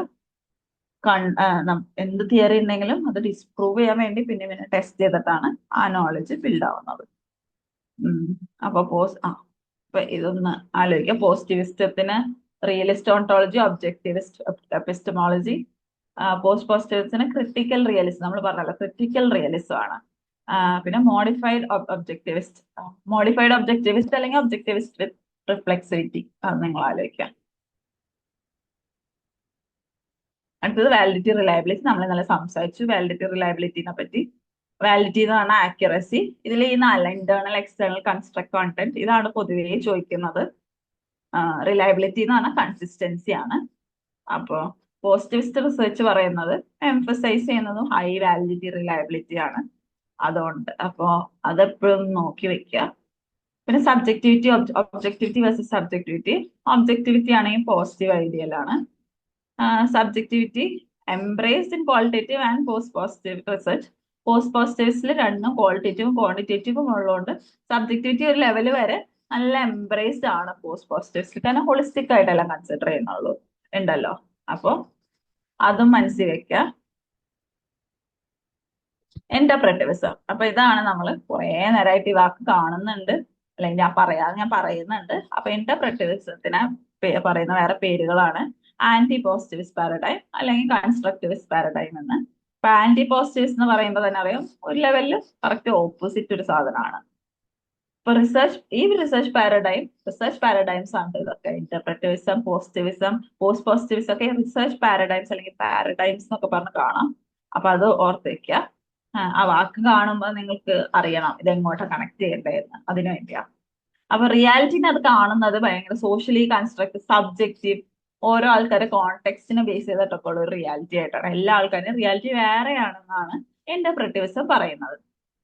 ഇപ്പോൾ ഹ്യൂമൻ അണ്ടർസ്റ്റാൻഡിങ് ഹ്യൂമൻ എക്സ്പീരിയൻസ്, അതായത് പാർട്ടിസിപ്പന്റെ പെർസ്പെക്റ്റീവ് അല്ലെങ്കിൽ നമ്മുടെ റിസർച്ചിന്റെ റെസ്പോണ്ടന്റ് പെർസ്പെക്റ്റീവ് നിന്ന് ഹ്യൂമൻ എക്സ്പീരിയൻസ്, മീനിങ്സ്, ആക്ഷൻസ് ഒക്കെ മനസ്സിലാക്കൽ ഭയങ്കര ഇമ്പോർട്ടന്റ് ആണെന്ന് പറയുന്നതാണ് ഇന്റർപ്രറ്റിവിസം. അപ്പൊ അതിന് കുറെ വാക്കുകളുണ്ട്. Subjectivity, meaning making, participant, view point, context, അതൊക്കെ ഇന്റർപ്രറ്റിവിസത്തിന്റെ വാക്കാണ്. അഗൈൻ എക്സ്പ്ലിസിറ്റ്ലി ഉള്ള ഒരു കോൺസെപ്റ്റ് അല്ല. പോസിറ്റീവ്സോ പോസ്റ്റ് പോസിറ്റീവ്സോ ആണ് യൂഷ്വലി നമ്മൾ ഡിസ്കസ് ചെയ്യാറ്. പക്ഷെ ഇന്റർപ്രറ്റിവിസം എല്ലായിടത്തും ഇപ്പൊ കാണുന്നുണ്ട്, എസ്പെഷ്യലി ഓപ്ഷൻസിൽ കാണുന്നുണ്ട്. അതൊരു ഉത്തരമായിട്ടും വരുന്നുണ്ട്. അതുകൊണ്ടാണ് നമ്മളിതിപ്പോ നോക്കുന്നത്. അപ്പോൾ it alliance with qualitative, inductive, exploratory research. And it rejects subjectivity, embraces reflexivity. Reflexivity, അപ്പൊ പോസ്റ്റ് പോസിറ്റിവിസം ആയിട്ടുള്ള വ്യത്യാസം എന്താ വെച്ചാൽ ഒബ്ജക്ടിവിറ്റി മൊത്തത്തിൽ റിജക്ട് ചെയ്തിട്ട് റിഫ്ലെക്സിവിറ്റി എംബ്രേസ് ചെയ്യണം. മറ്റേതിൽ ഒബ്ജക്ടിവിറ്റി വിത്ത് റിഫ്ലെക്സിവിറ്റി ആണ്. ആ ഒരു കുഞ്ഞു കുഞ്ഞു ഡിഫറൻസസ് ഇല്ലേ, ഇതാണ് നിങ്ങൾ ശ്രദ്ധിക്കേണ്ടത്. ഈ ക്ലാസ് മൊത്തത്തിൽ കേൾക്കുമ്പോൾ നിങ്ങൾ അറ്റ്ലീസ്റ്റ് കുഞ്ഞു കുഞ്ഞു പോയിന്റ്സ് എടുക്കുന്നുണ്ടെങ്കിൽ ജസ്റ്റ് എങ്ങനെ അത് കണക്ട് ചെയ്ത് ഓരോരുത്തരുടെ ഓരോ ഉള്ള കുഞ്ഞു കുഞ്ഞു ഡിഫറൻസസ് നോട്ട് ചെയ്യുക. തിങ്കേഴ്സ് ഇതുവരെ ഒരിക്കലും ചോദിച്ചിട്ടില്ല ഇന്റർപ്രറ്റിവിസത്തിന്. Weber, William Dilthey, Peter Berger, Thomas Luckmann, ഇവരൊക്കെ ഇതിന്റെ തിങ്കേഴ്സ് ആണ്. ഇവരെ പേര് ഇതുവരെ ഒരിക്കലും കണ്ടിട്ടില്ല, ചോദിച്ചിട്ടില്ല ഇതുവരെ. ബട്ട് എങ്ങനെ ചോദിച്ചാലോ എന്ന് വെച്ച് നിങ്ങൾക്ക് ജസ്റ്റ് ഫെമിലിയറൈസ് ആവാൻ വേണ്ടി ഇവരുടെ എന്താ ഇവർ ചെയ്തതെന്ന് വേണ്ട, അറ്റ്ലീസ്റ്റ് അവരുടെ പേരുകൾ ഓർത്ത് വെക്കുക. Qualitative methods and interpretivism, ethnography, phenomenology, grounded theory, നമുക്ക് അതിലേക്ക് കറക്റ്റ് ആയി പോവുക. ഓക്കെ. അപ്പൊ നമ്മൾ ഇനി നോക്കാൻ പോകുന്നത് മെത്തേഡ്സ് ഓഫ് റിസർച്ച് ആണ്. അപ്പൊ മെത്തേഡ്സ് ഓഫ് റിസർച്ച് ആണ് ആക്ച്വലി ഇന്ന് സെഷൻ 2 ജസ്റ്റ് ഇതാണ് ആവേണ്ടിയിരുന്നത്. നമുക്ക് ഇന്ന് ടൈം കിട്ടാത്തതുകൊണ്ടാണ് അതിലേക്ക് പോയത്. സോ നമുക്ക് അതിലേക്ക് നോക്കാം. Experimental methods. അപ്പോ quantitative in nature, experimental is quantitative in nature, and paradigm positivist ആണ്. എക്സ്പെരിമെന്റൽ റിസർച്ച് പൊതുവെ ചെയ്യുന്നത് പോസിറ്റിവിസ്റ്റ് അപ്രോച്ച് എടുത്തിട്ടാണ്. എന്താ, നമ്മൾ എന്തെങ്കിലും പ്രൂവ് ചെയ്തത് വെരിഫൈ ചെയ്യാൻ നോക്കണം. എന്ത് കാണുന്നു അത് പ്രൂവ് ചെയ്യാൻ നോക്കുകയാണ് ത്രൂ സയന്റിഫിക് മെത്തേഡ്. അപ്പോ കീ ഫീച്ചേഴ്സ് ഒക്കെ ഉണ്ട്. കോസ് എഫക്ട് ടെസ്റ്റിംഗ്, നമ്മൾ ഇൻഡിപെൻഡന്റ് വേരിയബിൾ മാനിപ്പുലേറ്റ് ചെയ്തിട്ടാണ് അതിന്റെ എഫക്ട് നോക്കുന്നത്. ഇപ്പൊ ഒരു കോസ് ആൻഡ് എഫക്ട് കണ്ടുപിടിക്കണമെങ്കിൽ ഡിപെൻഡന്റ് വേരിയബിൾ, ഇൻഡിപെൻഡന്റ് വേരിയബിൾ കുറച്ച് മാനിപ്പുലേറ്റ് ചെയ്ത് അതിന്റെ എഫക്ട് നോക്കിയിട്ടാണ് അത് നമ്മൾ പ്രൂവ് ചെയ്യുന്നത് യൂഷ്വലി. പിന്നെ കൺട്രോൾ ആൻഡ് എക്സ്പെരിമെന്റൽ ഗ്രൂപ്പ്സ് ഉണ്ട്. അപ്പോൾ ഒരു എക്സ്പെരിമെന്റ് ചെയ്യുമ്പോൾ അതിൻ്റെതായ കൺട്രോൾ ഗ്രൂപ്പ്സും ഉണ്ടാവും, എക്സ്പെരിമെന്റൽ ഗ്രൂപ്പ്സും ഉണ്ടാവും. റാൻഡമൈസേഷൻ, അതായത് എങ്ങനെയാണ് ഇത് പിക്ക് ചെയ്യുന്നത്, സാമ്പിള്, അതൊക്കെ ഇതിന്റെ ഒരു ഭാഗമാണ്. അപ്പൊ ഭയങ്കര സയന്റിഫിക് ആയിട്ട് നടക്കുന്ന ഒരു കാര്യമാണ് എക്സ്പെരിമെന്റൽ മെത്തേഡ്. ഏറ്റവും common research types applied research, basic research, explanatory research ഒക്കെയാണ് യൂഷ്വലി എക്സ്പെരിമെന്റൽ മെത്തേഡ്. ഇത് ശ്രദ്ധിക്കേണ്ട കാര്യം നമ്മൾ ഇന്നലെ സംസാരിച്ചതിനെ പറ്റിയ ടൈപ്സിനെ പറ്റിയാണ്. എക്സ്പെരിമെന്റൽ റിസർച്ച് ടൈപ്പിനെ പറ്റിയാണ് ഇന്നലെ സംസാരിച്ചത്. ഇന്ന് നമ്മൾ സംസാരിക്കുക എക്സ്പെരിമെന്റൽ മെത്തേഡിനെ പറ്റിയാണ്. ടൈപ്പ് എന്താണ്? ടൈപ്പ് പർപ്പസ് ആണ്. Why we are doing why we are doing a type of research. Methods എന്ന് പറയുന്ന how are we doing it. അപ്പൊ ഹൗ ആണ് ഇപ്പൊ കീ ഫീച്ചേഴ്സിലൂടെ ഒക്കെ നമുക്ക് പറഞ്ഞത്. നമ്മൾ ഹൈപ്പോത്തിസിസ് അണ്ടർ കൺട്രോൾ കണ്ടീഷൻസ് നമ്മൾ ടെസ്റ്റ് ചെയ്യാണ്. നമ്മുടെ ഹൈപ്പോത്തിസിസ് ഓരോരോ കൺട്രോൾ ഗ്രൂപ്പ്സ് ഉണ്ടായിട്ട് കോസ് ആൻഡ് എഫക്ട് ടെസ്റ്റ് ചെയ്യാൻ മാനിപ്പുലേറ്റ് ചെയ്തിട്ട് വേരിയബിൾസ് അങ്ങനെയൊക്കെ. അപ്പോൾ most common research types applied research, basic research, explanatory റിസർച്ചിന് വേണ്ടിയൊക്കെയാണ് use ചെയ്യുന്നത്. ക്ലൂ വേർഡ്സ് ഇവിടെ എഴുതിയിട്ടുണ്ട്. ഇതിന് ഫെർദർ അങ്ങനെ പോവാനില്ല. ജസ്റ്റ് ഏതായിട്ട് കണക്റ്റഡ് ആണ് എന്നുള്ള കാര്യം നിങ്ങൾ ആലോചിക്കുക.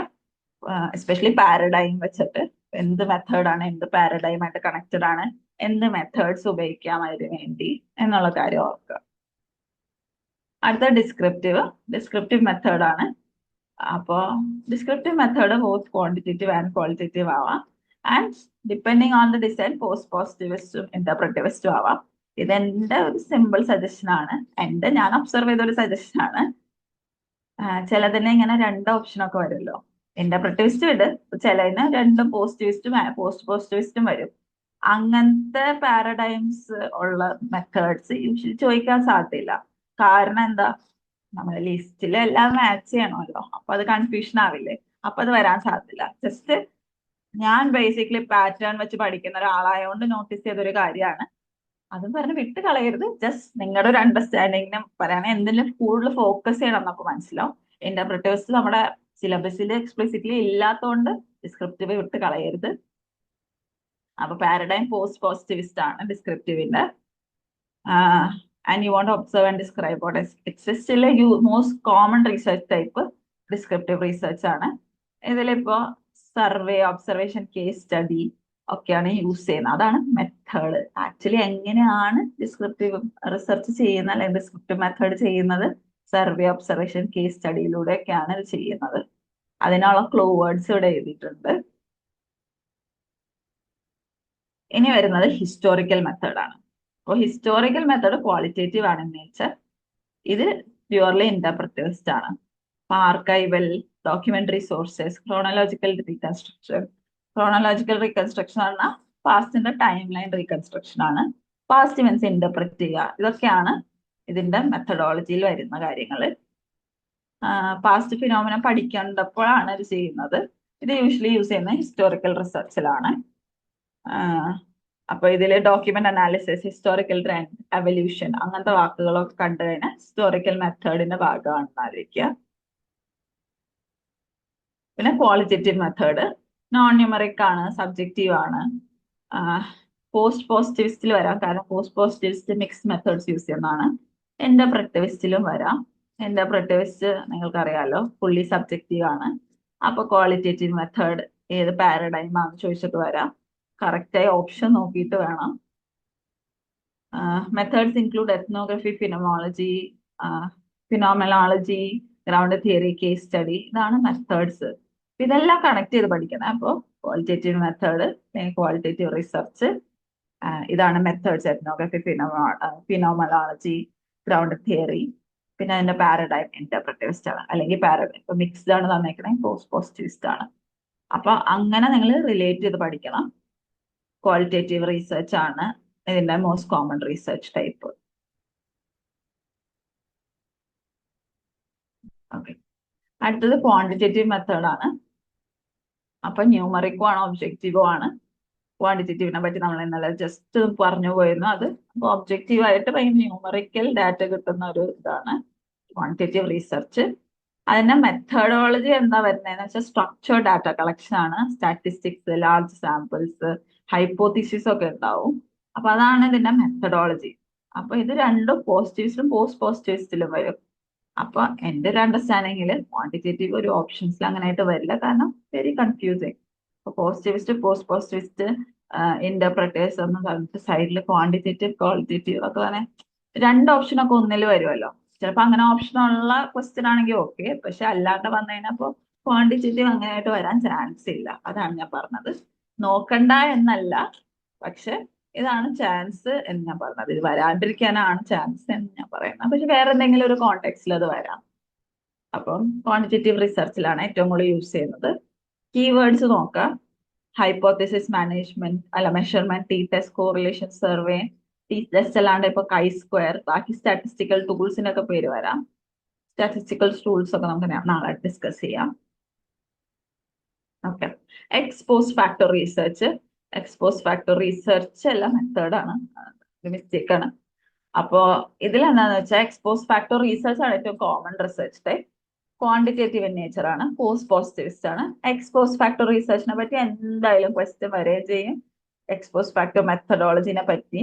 അപ്പൊ ഇതില് കോസ് ആൻഡ് എഫക്റ്റ് ആണ് സ്റ്റഡി ചെയ്യുന്ന ആഫ്റ്റർ ദ ഇവന്റ്. യൂഷ്വലി ഇതിന്റെ ക്വസ്റ്റ്യൻസ് ഒന്നെങ്കിൽ വരാൻ പോകുന്ന മാച്ച് ദ ഫോളോയിങ്ങിലാണ്, അല്ലെങ്കിൽ എന്തെങ്കിലും ഓപ്ഷൻ തന്നെ എക്സ്പോസ് ഫാക്ടർ, അല്ലെങ്കിൽ ഒരു സിറ്റുവേഷൻ തന്നിട്ട് അതിന് answer expose factor research, expose factor methodology use ചെയ്യുന്നു പറഞ്ഞായിരിക്കും, ഉറപ്പാണ്. സ്വന്തം ജനറൽ പേപ്പറിൽ അല്ലെങ്കിൽ ആ ഫുൾ ജനറൽ പേപ്പറിൽ ഒരു ക്വസ്റ്റൻ എങ്കിലും ഞാൻ ഉറപ്പിച്ച് പറയാം എക്സ്പോസ് ഫാക്ടർ റിസർച്ചിനെ പറ്റി. അടുത്തത് കേസ് സ്റ്റഡി മെത്തേഡ് ആണ്. കേസ് സ്റ്റഡി മെത്തേഡ് കേസ് ആണ്, നമ്മൾ ക്വാളിറ്റേറ്റീവ് ആയിട്ടാണ് ചെയ്യുക. ഇന്റർപ്രറ്റീവ് ആണ് in nature usually. In-depth study of unit എന്ന് പറഞ്ഞാൽ പേഴ്സൺ ആവാം, ഗ്രൂപ്പ് ആവാം, ഓർഗനൈസേഷൻ ആവാം.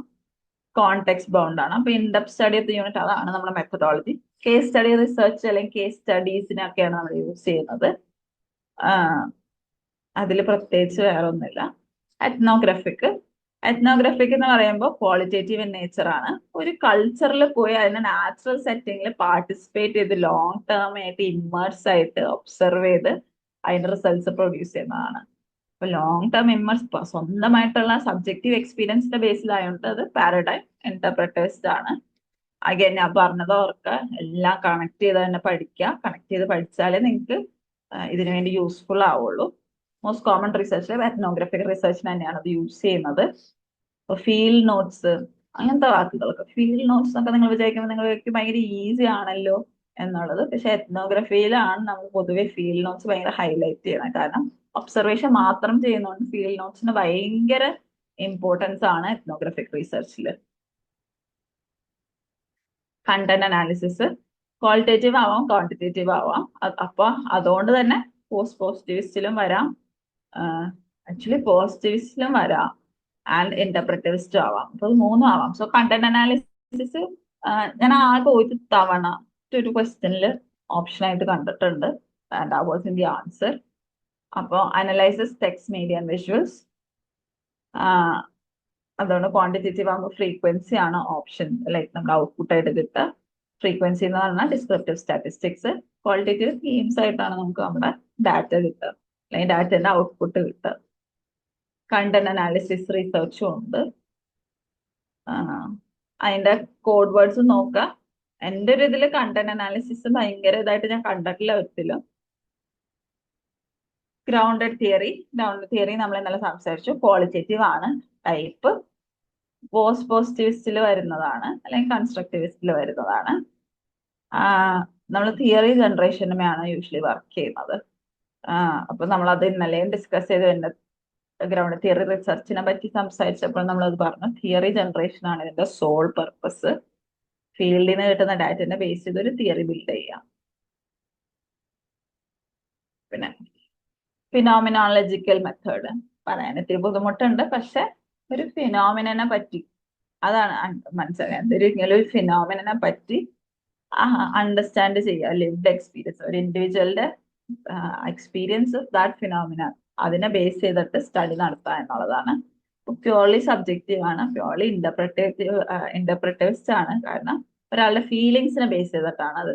അയാളുടെ എന്ത് സംഭവിച്ചു, അയാൾക്ക് എന്ത് ഫീൽ ചെയ്തു, എന്താണ് അനുഭവപ്പെട്ടത്, എല്ലാം നോക്കിയിട്ടാണ്. അപ്പൊ ആ ഫിനോമിനയുടെ എസെൻസ് എന്ന് പറയുന്നത് എപ്പോഴും അത് അനുഭവിക്കുന്ന ആൾക്കാരുടെ ആണല്ലോ. അപ്പോൾ ഡീപ്പ് പേഴ്സണൽ മീനിങ്സ് ഒക്കെ നോക്കാൻ വേണ്ടിയാണ് ഫിനോമിനോളജിക്കൽ നോക്കുന്നത്. അതിന്റെ റിസർച്ചും ഉണ്ട്. അപ്പൊ സൈക്കോളജി, സോഷ്യോളജി, എഡ്യൂക്കേഷനിലൊക്കെ ഭയങ്കര യൂസ് ചെയ്ത് വരുന്നതാണ്. അത് ഞാൻ നോട്ട് ചെയ്തത് കാരണം ചിലപ്പോൾ നമുക്ക് ആപ്ലിക്കേഷൻ ലെവൽ ക്വസ്റ്റ്യൻസ് വരാം. അപ്പോൾ ഈ ഫീൽഡിനെ ബേസ് ചെയ്തൊരു ക്വസ്റ്റ്യൻ ആണെങ്കിൽ നമുക്ക് ഒന്ന് ആലോചിക്കാലോ, ഓക്കെ ഫിനോമിനോളജിക്കൽ മെത്തേഡ് ആകാം, അല്ലെങ്കിൽ അങ്ങനത്തെ റീസർച്ച് ആകാം എന്നുള്ളൊരു കാര്യം. അടുത്തത് ആക്ഷൻ റിസർച്ച് ആണ്. ആക്ഷൻ മെത്തേഡ് ആണ് ആക്ച്വലി. ആക്ഷൻ റിസർച്ചിനെ പറ്റി നമ്മൾ ഇന്നലെ സംസാരിച്ചു.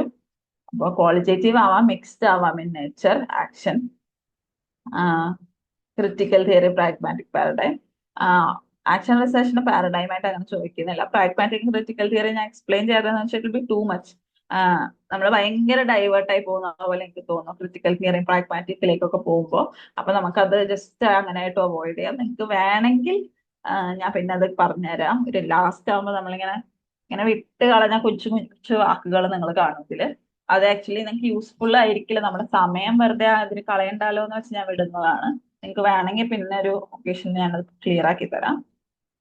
അപ്പോൾ solve real life problems through collaborative cycles. നമ്മൾ ഇന്നലെ പവർ സൈക്കിളിനെ പറ്റിയൊക്കെ പറഞ്ഞു. അപ്പോൾ പാർട്ടിസിപ്പേറ്ററി കൊളാബറേറ്റീവ് സൈക്കിൾസിലൂടെ റിയൽ ലൈഫ് പ്രോബ്ലംസ് സോൾവ് ചെയ്യാം. ആക്ഷൻ റിസർച്ചിനെ ബേസ് ചെയ്ത് പൊതുവെ മാച്ച് ദ ഫോളോയിങ് എന്നല്ല മോസ്റ്റ്ലി മറ്റേ വരുന്നത് സിറ്റുവേഷൻ ബേസ്ഡ്, ആപ്ലിക്കേഷൻ ബേസ്ഡ് അങ്ങനത്തെ ക്വസ്റ്റ്യൻസ് ആണ്. ഒരു problem, practical problem while researching solve ചെയ്യാൻ നോക്കുക ആക്ഷൻ റിസർച്ചിലൂടെ. അപ്പൊ അതിനുള്ള വാക്കുകളാണ്. ഓക്കെ, മെത്തേഡ്സ് ഓഫ് റിസർച്ചിന് നിങ്ങൾക്ക് അതുപോലെ നേരത്തെ തന്ന പോലെ തന്നെ നിങ്ങൾക്ക് റിവൈസ് ചെയ്യാനുള്ള ടേബിൾ ആണ് ഇത്. നിങ്ങളുടെ സമയത്ത് നിങ്ങൾ നോക്കി ചെയ്യാം. പാരഡൈം മെത്തേഡ് ഫിക്സ് മാട്രിക്സ് ഇത് എന്തുകൊണ്ടാണ് ഉണ്ടാക്കിയെന്ന് വെച്ചാൽ നിങ്ങൾക്ക് കാണാം ചിലത് ഭയങ്കര, ഇപ്പൊ എക്സ്പോസ് ഫാക്ടർ കണ്ടില്ലേ, ഓൺലി പോസിറ്റിവിസ്റ്റ് ആണ്. അപ്പൊ അതിൽ നിന്നൊരു ക്വസ്റ്റ്യൻ വരാനുള്ള ചാൻസ് എൻ്റെ ഒരു ഇതിൽ കൂടുതലാണ്. എക്സ്പോസ് ഫാക്ടോ, അതുപോലെ ഇവിടെ എത്തനോഗ്രഫി, ഫിനോമനോളജി, ഇതിൽ നിന്നൊക്കെ ക്വസ്റ്റ്യൻസ് വരാൻ ചാൻസ് കൂടുതലാണ്. കാരണം അതൊരു ഒറ്റൊരു പാരഡൈമിൽ ഫിറ്റ് ആവുന്ന സാധനം. പക്ഷെ മേ ബി നമ്മൾ ഇതാക്കിയിട്ട് അവര് ചിലപ്പോ എന്താ മെത്തേഡ് എന്നും അത് പോസിറ്റിവിസ്റ്റ് ആണോ എന്ന് മാത്രം ചോദിക്കാം. അല്ലെങ്കിൽ ഈ മെത്തേഡ് തന്നിട്ട് അത് ഏതാണ് പോസിറ്റിവിസ്റ്റ് ആയിട്ട് റിലേറ്റഡ് എന്ന് ചോദിക്കാം. അപ്പൊ ഇതിന്റെ സൈഡിൽ ഞാൻ നെറ്റിന്റെ ക്ലൂസ് തന്നിട്ടുണ്ട്. അതായത് എന്ത് വാക്കുകൾ വരാം അല്ലെങ്കിൽ എന്ത് ടൈപ്പ് ക്വസ്റ്റ്യൻ ചോദിക്കാം എന്നുള്ളത്.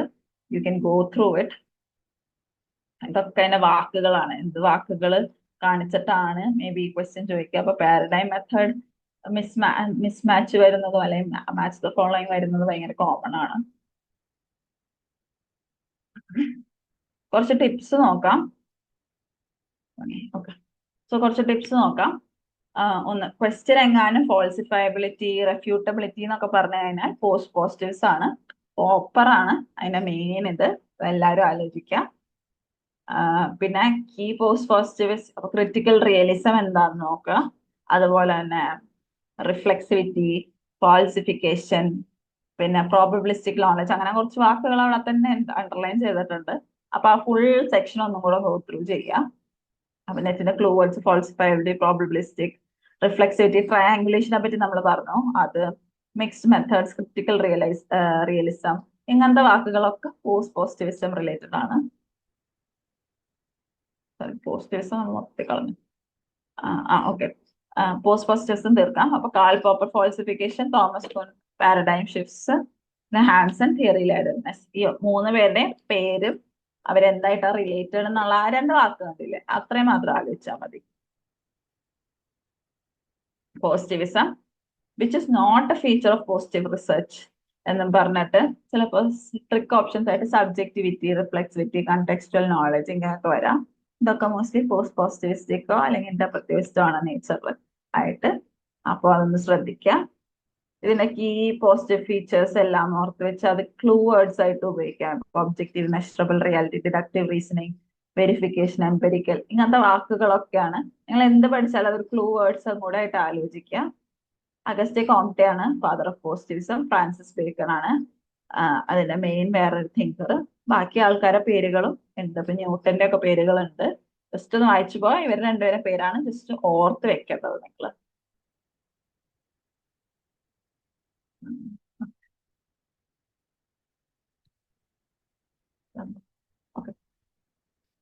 ഓക്കെ, അസർഷൻ റീസൺ MCQs വരും. അസർഷൻ റീസൺ ടൈപ്പ് ക്വസ്റ്റ്യൻസിൽ ബേസിക്കലി ചോദിക്കുന്നത് ഒബ്ജക്ടിവിറ്റി വേഴ്സസ് റിഫ്ലെക്സിവിറ്റി, അല്ലെങ്കിൽ വെരിഫിക്കേഷൻ വേഴ്സസ് ഫോൾസിഫിക്കേഷൻ. ഇപ്പൊ 2 സ്റ്റേറ്റ്മെന്റ്സ് തരും അവര്. എന്നിട്ട് പിന്നെ first statement second statement reason ആണോ, അല്ലെങ്കിൽ second statement first statement reason ആണോ എന്ന് ചോദിക്കും. അങ്ങനെ ഒരു സിറ്റുവേഷൻ വരാണെങ്കിൽ നിങ്ങൾക്ക് 2ന്റെ അർത്ഥം അറിഞ്ഞാലേ അത് കറക്റ്റ് ആണോ എന്ന് വെരിഫൈ ചെയ്യാൻ പറ്റുള്ളൂ. അപ്പോ subjectivity versus objectivity, objectivity versus reflexivity, verification versus falsification, qualitative versus quantitative, അങ്ങനെ വരുന്ന കുറെ പെയറുകൾ ഉണ്ടല്ലോ. അപ്പൊ നിങ്ങൾ അതിന്റെ ഒരു ഒറ്റ ലൈൻ ഡിഫറൻസ് ആലോചിച്ച് വെച്ചാൽ മതി. ആ ഒരു ഒറ്റ ലൈൻ ഡിഫറൻസ് ആയിരിക്കും അസർഷൻ റീസണിങ്ങിന് വരുന്നത്. അപ്പൊ MCQ which of the following differentiates positivism from positivism, ഈ 3 വാക്കുകൾ എപ്പോഴും നോക്കുക. ഇതാണ് യൂഷ്വലി അതിനെ ഭയങ്കരമായിട്ട് റിഫ്ലെക്സിവിറ്റി എസ്പെഷ്യലി നമ്മൾ പെട്ടെന്ന് കൺഫ്യൂസ് ആകും. ഒബ്ജക്ടിവിറ്റി എന്ന് കാണും. പക്ഷെ ഒബ്ജക്ടിവിറ്റി പോസിറ്റിവിസത്തിൽ ഒബ്ജക്ടിവിറ്റി തന്നെയാണ്, പക്ഷെ റിഫ്ലെക്സിവിറ്റി എന്നുള്ള വാക്കാണ് അതിനെ മാറ്റി നിർത്തുന്നത്. അപ്പൊ അതെപ്പോഴും ശ്രദ്ധിക്കുക. പിന്നെ ടൈപ്സ് നോക്കിയാൽ എക്സ്പെരിമെന്റൽ മെത്തേഡും എക്സ്പോസ് ഫാക്ട് റീസെർച്ചും തമ്മിൽ എപ്പോഴും, അല്ലെങ്കിൽ മെത്തേഡും തമ്മിൽ എപ്പോഴും കൺഫ്യൂസ് ആവും. വ്യത്യാസം എന്താന്ന് വെച്ചാൽ എക്സ് പോസ്റ്റ് ഫാക്ടോയില് വേരിയബിൾസിന് മെനിപ്പുലേഷൻ ഒന്നുമില്ല. ക്വാസി എക്സ്പെരിമെന്റൽ ആണ് ഇൻ നേച്ചർ ആൻഡ് മെനിപ്പുലേഷൻ ഒന്നുമില്ല. എക്സ്പെരിമെന്റലില് മെനിപ്പുലേഷൻ, ഇൻഡിപെൻഡന്റ് വേരിയബിളിന്റെ മെനിപ്പുലേഷൻ നടക്കുന്നുണ്ട്. അപ്പൊ അത് രണ്ടും ഇങ്ങോട്ടും അങ്ങോട്ടും മാറിപ്പോവാൻ ചാൻസ് ഉണ്ട്. കേസ് സ്റ്റഡിയില് under multiple paradigms case study എവിടെ ഫിറ്റ് ചെയ്യുന്നതെന്ന് ചോദിക്കാൻ ചാൻസ് ഉണ്ട്. ഇപ്പൊ പോസിറ്റിവിസ്റ്റ് ആണോ, പോസ്റ്റ് പോസിറ്റിവിസ്റ്റ് ആണോ, ഇന്റർപ്രറ്റിവിസ്റ്റ് ആണോ എന്നൊക്കെ. അപ്പോ ടിക്ക് ചെയ്യുമ്പോൾ കറക്റ്റ് ടിക്ക് ചെയ്യുക. ചിലപ്പോൾ രണ്ടും പെടും. കേസ് സ്റ്റഡി പോസ്റ്റ് പോസിറ്റിവിസ്റ്റും ആണ്, ഇന്റർപ്രറ്റിവിസ്റ്റും ആണ്. സോ നിങ്ങൾ അത് ഓർത്തിരിക്കുക. ഗ്രൗണ്ട് തിയറിയും എത്നോഗ്രഫിക്കൊക്കെ അതിന്റെ കോമൺ വേർഡ്സ് അത് ആലോചിക്കുക. ലാസ്റ്റ് ആയിട്ട് ഫിനോമിനോളജി, അതിനും വാക്കുകൾ തന്നെ. ഫിനോമിനോളജി ആക്ഷൻ റിസർച്ച് അല്ല, ആക്ഷൻ മെത്തേഡിന്, റിസർച്ച് മെത്തേഡിന് നിങ്ങൾ ആലോചിക്കേണ്ടത് മോസ്റ്റ്ലി റിസർച്ച് ബേസ്ഡിൽ ആപ്ലിക്കേഷൻ ലെവൽ ക്വസ്റ്റ്യൻസ് വരാ എന്നുള്ളത്. കണ്ടന്റ് അനാലിസിസും മെത്തേഡ് പാരഡൈം പഠിക്കുമ്പോൾ അതൊന്നും നോക്കിപ്പോയാൽ മതി. ഇതാണ് ഇന്നത്തെ കണ്ടന്റ്. നമ്മൾ ഇന്നത്തെ കണ്ടന്റ് കവർ ചെയ്തു. 8:46 ആയില്ലേ. നമുക്കപ്പോ കുറച്ച് PYQs നോക്കാം. അതിനു മുന്നേ ഇപ്പൊ ഇതിനെ related independent dependent variables I explain first with an example. ഇപ്പോ okay, let's take an example. ഇന്നലെ പറഞ്ഞ എക്സാമ്പിൾ പിന്നെ പറയുന്നില്ല, നിങ്ങൾക്ക് അത് ബോറടിച്ചിട്ടുണ്ടാവും. ഇപ്പൊ പറയാ ഒരാളുടെ മെന്റൽ ഹെൽത്ത് വേണ്ട, അത് ഭയങ്കര ബ്രോഡായിപ്പോ. സിമ്പിൾ ആയിട്ട് പറഞ്ഞു കഴിഞ്ഞാൽ ഓക്കെ, എഡ്യൂക്കേഷനും ഡിവോഴ്സ് റേറ്റും. അപ്പൊ ഇവര് പറയാണ് എഡ്യൂക്കേഷൻ കൂടുന്തോറും ഡിവോഴ്സ് റേറ്റും കൂടുകയാണ് എന്ന് പറയാൻ. അല്ല, എഡ്യൂക്കേഷൻ പെണ്ണുങ്ങളുടെ എഡ്യൂക്കേഷൻ കൂടുന്നോണ്ടാണ് ഡിവോഴ്സ് റേറ്റ് കൂടുന്നതെന്ന് ഒരു ഹൈപ്പോത്തിസിസ് ഇതാണ് അവര്. അപ്പൊ ഇതിൽ എന്താ പറ്റുന്നതെന്ന് വെച്ചാൽ നമ്മൾ കണ്ടുപിടിക്കേണ്ടത് വിമൻസ് എഡ്യൂക്കേഷൻ ആണോ ഈ ഡിവോഴ്സ് റേറ്റ് കൂട്ടാൻ, അതായത് അതാണോ കോസ് ഡിവോഴ്സ് റേറ്റ് കൂടാനുള്ളത് എന്നാണ് കണ്ടുപിടിക്കുന്നത്. ആ കോസ് ഇല്ലേ, ആ കോസ് ആണ് ഇൻഡിപെൻഡന്റ് വേരിയബിൾ. ഡിപെൻഡന്റ് വേരിയബിൾ എന്ന് പറയുന്നത് അത് എന്തിനാണ് എഫക്ട് ചെയ്യുന്നത്, ഇപ്പൊ ഡിവോഴ്സ് റേറ്റിനെയാണ് എഫക്ട് ചെയ്യുന്നത്. അപ്പൊ അതാണ് ഡിപെൻഡന്റ് വേരിയബിൾ അല്ലെങ്കിൽ ഡിപെൻഡന്റ് വേരിയബിൾസ്. അല്ലെങ്കിൽ ഇപ്പൊ ഡിവോഴ്സ് റേറ്റ് ചില ഹൈപ്പോത്തിസിസിലുണ്ടാവും women's education effect divorce rates and എന്താ ഫൈനാൻഷ്യൽ ഇൻഡിപെൻഡൻസ്. അപ്പൊ അത് രണ്ട് ഡിപെൻഡന്റ് വേരിയബിൾസ് ഉണ്ട്, ഫൈനാൻഷ്യൽ ഇൻഡിപെൻഡൻസും ഉണ്ട്, ഡിവോഴ്സ് റേറ്റ്സും ഉണ്ട്. അപ്പൊ നമ്മളത് അതിനു വേണ്ടി അത് ടോട്ടലി വേറെ റിസർച്ചിന്റെ ഭാഗം, അത് നോക്കണ്ട. ഞാൻ പറയുന്നത് കോസ് എന്ന് പറയുന്നത് ഇൻഡിപെൻഡന്റ് ആണ്. അതിന്റെ എഫക്റ്റ് ആർക്കാണ് അത് പെടുന്നത്, അല്ലെങ്കിൽ ഏത് വേരിയബിളിനാണ് അത് എഫക്റ്റ് ആവുന്നത്, ഇത് കാരണം എഫക്റ്റ് ആവുന്നത് ഏതാണോ അതാണ് ഡിപെൻഡന്റ് വേരിയബിൾസ്. ഓക്കെ, വേറെ എന്തെങ്കിലും ക്വസ്റ്റ്യൻസ് ഉണ്ടോ? ഇത് ക്ലിയർ ആയോ? ക്ലിയർ ആയെങ്കിൽ ഒന്നിട്ടേക്ക് ക്ലിയർ ആയി എന്നുള്ളത്. ഒന്നും കൂടെ വേറെ എന്തെങ്കിലും ഒരു സിംപിളർ എക്സാമ്പിൾ ഒക്കെ എടുക്കണമെങ്കിൽ ഒന്ന് പറഞ്ഞേക്ക്. ഓക്കെ, ക്ലിയർ ആണ്. എനിവൺ എൽസ് ക്വസ്റ്റ്യൻസ് എന്തെങ്കിലും ഉണ്ടെങ്കിൽ നിങ്ങൾക്ക് സംസാരിക്കാൻ കംഫർട്ടബിൾ അല്ലെങ്കിൽ ചാറ്റിൽ ഇടാം. ചാറ്റാണ് ഏറ്റവും accessible എല്ലാവർക്കും. ഓക്കെ, എനിവൺ എൽസ് ടൈപ്പ് ചെയ്യണമെങ്കിൽ ഞാനൊരു 2 minutes തരാം.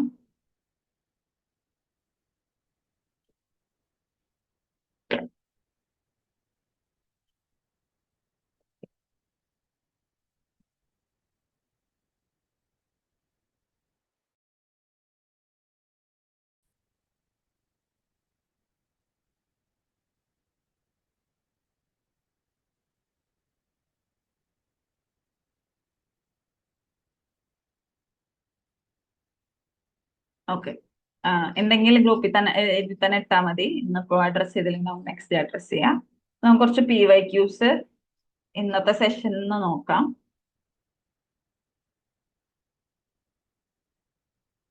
ഓക്കെ, അപ്പൊ ഇതിന് നമ്പർ 1 ക്വസ്റ്റ്യൻ ആക്ച്വലി ഉണ്ടായി, പക്ഷെ ആ ക്വസ്റ്റ്യൻ നമ്മളെ ഇതിൽ പെടുന്നില്ല എന്ന് അവസാന നിമിഷം കണ്ടപ്പോ മാറ്റാൻ പറ്റിയില്ല നമ്പേഴ്സ്. മാറാത്ത. ഓക്കെ, സോ സെക്കൻഡ് ക്വസ്റ്റ്യൻ നോക്കാം. Quantitative methods come under the philosophy of what? കൺസ്ട്രക്റ്റിവിസ് ആണോ, ഇന്റർപ്രറ്റിവിസ് ആണോ, പോസിറ്റിവിസ് ആണോ, സിംബലിസ് ആണോ? ഇതിലിപ്പോ നിങ്ങൾക്ക് ആകെ അറിയാവുന്ന രണ്ട് ഓപ്ഷനാണ്. എന്താണ്? ഇന്റർപ്രറ്റിവിസവും പോസിറ്റിവിസവും. അപ്പൊ നിങ്ങളിപ്പോ എക്സാമിന് ഇരിക്കുകയാണ്, നിങ്ങൾക്ക് കൺസ്ട്രക്റ്റിവിസം എന്താണെന്ന് അറിയില്ല, സിംബലിസം എന്താണെന്ന് അറിയില്ല. നിങ്ങൾക്ക് അറിയാവുന്നത് വെച്ച് ഇത് ആൻസർ ചെയ്യാൻ പറ്റുമോ നിങ്ങൾ നോക്ക്. ഗ്രൂപ്പിൽ ABCOR D എന്നിട്ട് ഇടണം. എല്ലാവരും ഒന്ന് പാർട്ടിസിപ്പേറ്റ് ചെയ്യുക. ഞാൻ ഒരു 1 മിനിറ്റ് അല്ല, നമുക്കൊരു 20 സെക്കൻഡ്സ് നോക്കാം നിങ്ങൾക്ക് ആൻസർ ചെയ്യാൻ പറ്റുമോന്ന്. Okay, C. വേറെ സി.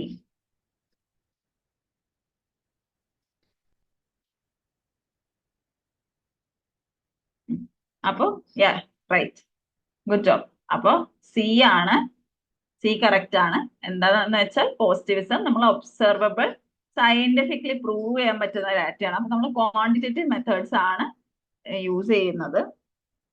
അപ്പൊ സി ആണ്. Very good. നമുക്ക് തേർഡ് ക്വസ്റ്റ്യൻ.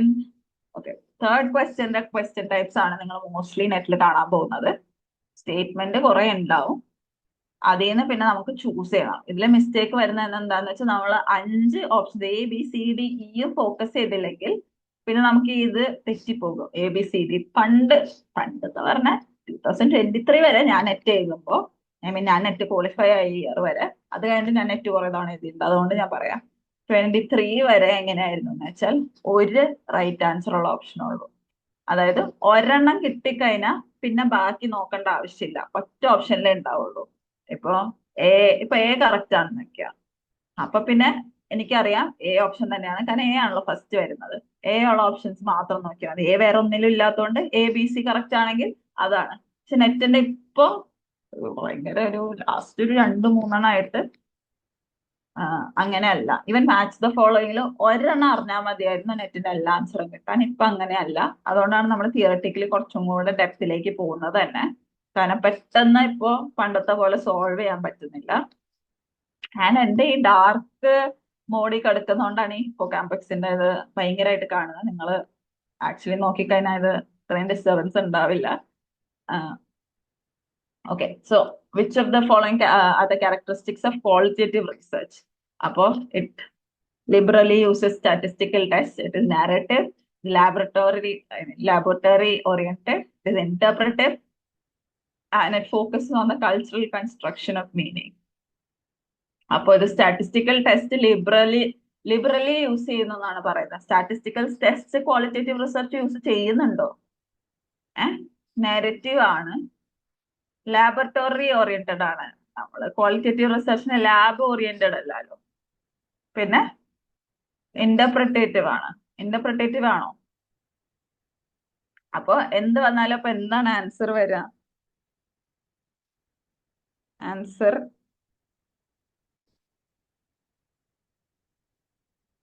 അപ്പൊ ഇതില് B, D, E ഒക്കെ കറക്റ്റ് ആണ്. അപ്പൊ ഓപ്ഷൻ D ആണ്. തേർഡ് വൺ കാണുന്നില്ല ഈ ഹിപ്പോകാമ്പക്സിന്. നിങ്ങൾക്ക് ഞാനിത് അയച്ചുതരുമ്പോ നിങ്ങൾ ആ തേർഡ് ക്വസ്റ്റ്യൻ നോക്കിക്കോ. ട്രാൻസ്ഫറബിലിറ്റിന്റെ ക്വസ്റ്റ്യൻ നമുക്ക് പിന്നെ നോക്കാം. നമുക്ക് ഇനി നോക്കേണ്ടത്, ഓക്കെ, നമുക്ക് ഈ ക്വസ്റ്റ്യൻ നോക്കാം. കണ്ടന്റ് അനാലിസിസ് ഞാൻ ക്വസ്റ്റ്യനിൽ കണ്ടിട്ടില്ല എന്ന് പറഞ്ഞിട്ട് കണ്ടന്റ് അനാലിസിന്റെ ക്വസ്റ്റ്യൻ ഉണ്ട്, സോറി. അപ്പൊ നമുക്ക് അത് നോക്കിയേക്കാം. 7th one, given below are 2 statements. Statement 1, content analysis can be applied to visual materials. Statement 2, it is difficult to ascertain answers to why questions through content analysis. അപ്പൊ ഇതാണ് 2 statements. ഇപ്പൊ നിങ്ങൾക്ക് കണ്ടിട്ട് എന്താണെന്ന് അറിയില്ലെങ്കിലും സാരമില്ല, ജസ്റ്റ് ഒന്ന് വായിച്ചു നോക്കുക എന്താണ് പോസിബിൾ ആൻസർ എന്നുള്ളൊരു കാര്യം.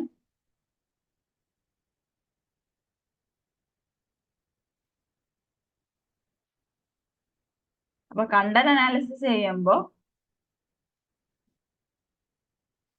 നമ്മള് ഇതിലും എഴുതിയിട്ടുണ്ടായി നമ്മുടെ അപ്പൊ ഓക്കെ, ടൈപ്പ് B ആണെന്ന് പറയുന്നു. അപ്പൊ content analysis cannot be apply to visual materials. ആ തെറ്റാണ്. കണ്ടന്റ് അനാലിസിസ് എന്തായാലും മെറ്റീരിയൽസ് ആയിട്ട് അപ്ലൈ ചെയ്യാം.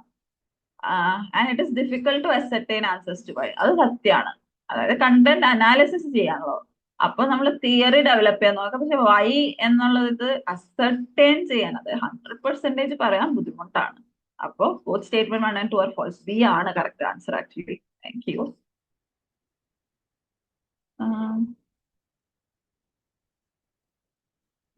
ഇതും കാണുന്നില്ല. സോറി, എന്റെ ഫുൾ ഡാർക്ക് മോഡിൽ കിടക്കാണ്. അപ്പോ അത് കാണാനുള്ള ബുദ്ധിമുട്ട് നിങ്ങളുടെ ഇതിൽ കാണാൻ പറ്റും.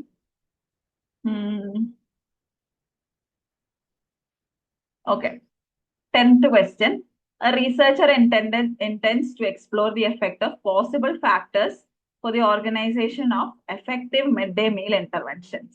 Which research method will be most appropriate for the study? അപ്പൊ നിങ്ങളിപ്പോ സ്കൂളിന്റെ കാര്യം മിഡ് ഡേ മീലിൽ കണ്ടപ്പോ എല്ലാവരും ആക്ഷൻ റിസർച്ച് ആലോചിച്ചിട്ടുണ്ടാവും. ഞാൻ പറഞ്ഞ എപ്പോഴും ആക്ഷൻ റിസർച്ച് ആവില്ല, ഓപ്ഷൻസിൽ ആക്ഷൻ റിസർച്ച് ഇല്ല. ഉണ്ടെങ്കിൽ തന്നെ നിങ്ങൾ ശ്രദ്ധിച്ച് വായിച്ചിട്ട് വേണം.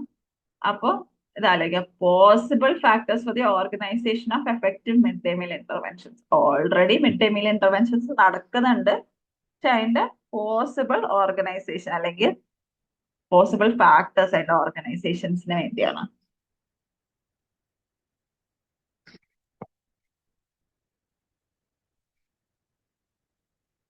എക്സ്പോസ് ഫാക്ടോ ആണ് ആൻസർ പറയുന്നത്.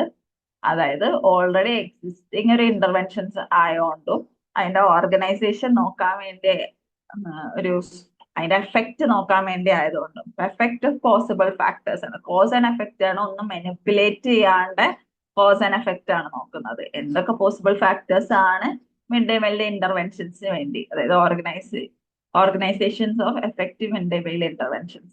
അപ്പൊ ആ എഫക്റ്റ് ടെസ്റ്റ് ചെയ്യുന്നതുകൊണ്ട് ഒരു മെനിപ്പുലേഷനും ഇല്ലാണ്ട്. അപ്പൊ മെനിപ്പുലേഷൻ ഉണ്ടായിരുന്നെങ്കിൽ എക്സ്പെരിമെന്റൽ ആണ്, മെനിപ്പുലേഷൻ ഇല്ലാത്തതുകൊണ്ട് അത് എക്സ്പോസ് ഫാക്ടോ ആണ്. എക്സ്പ്ലോർ ദി എഫക്റ്റ് എന്നൊക്കെ ആയതുകൊണ്ട് ഡിസ്ക്രിപ്റ്റീവ് എന്തായാലും അല്ല, ഹിസ്റ്റോറിക്കലും അല്ല. നമ്മൾ പാസ്റ്റിൽ നടന്ന ഒരു കാര്യം എക്സ്പ്ലോർ ചെയ്തുകൊണ്ടിരിക്കുകയല്ല.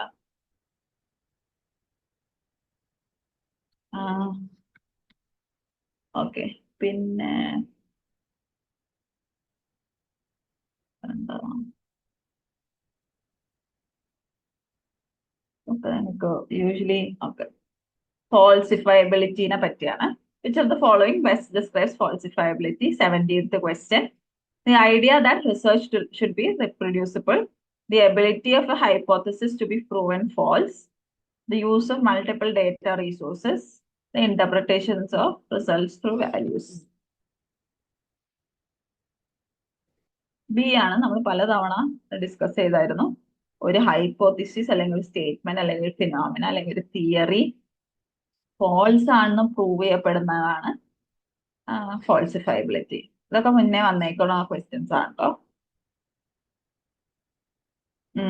അതുപോലെ തന്നെ അതിന് മുകളിലത്തെ 16th നോക്കാം. Study was conducted to find out the impact of online learning on students academic performance, identify the type of research. ഇത് നിങ്ങൾ ചെയ്തോ, എല്ലാവരും ടൈപ്പ് ചെയ്ത് ഗ്രൂപ്പിലിടും.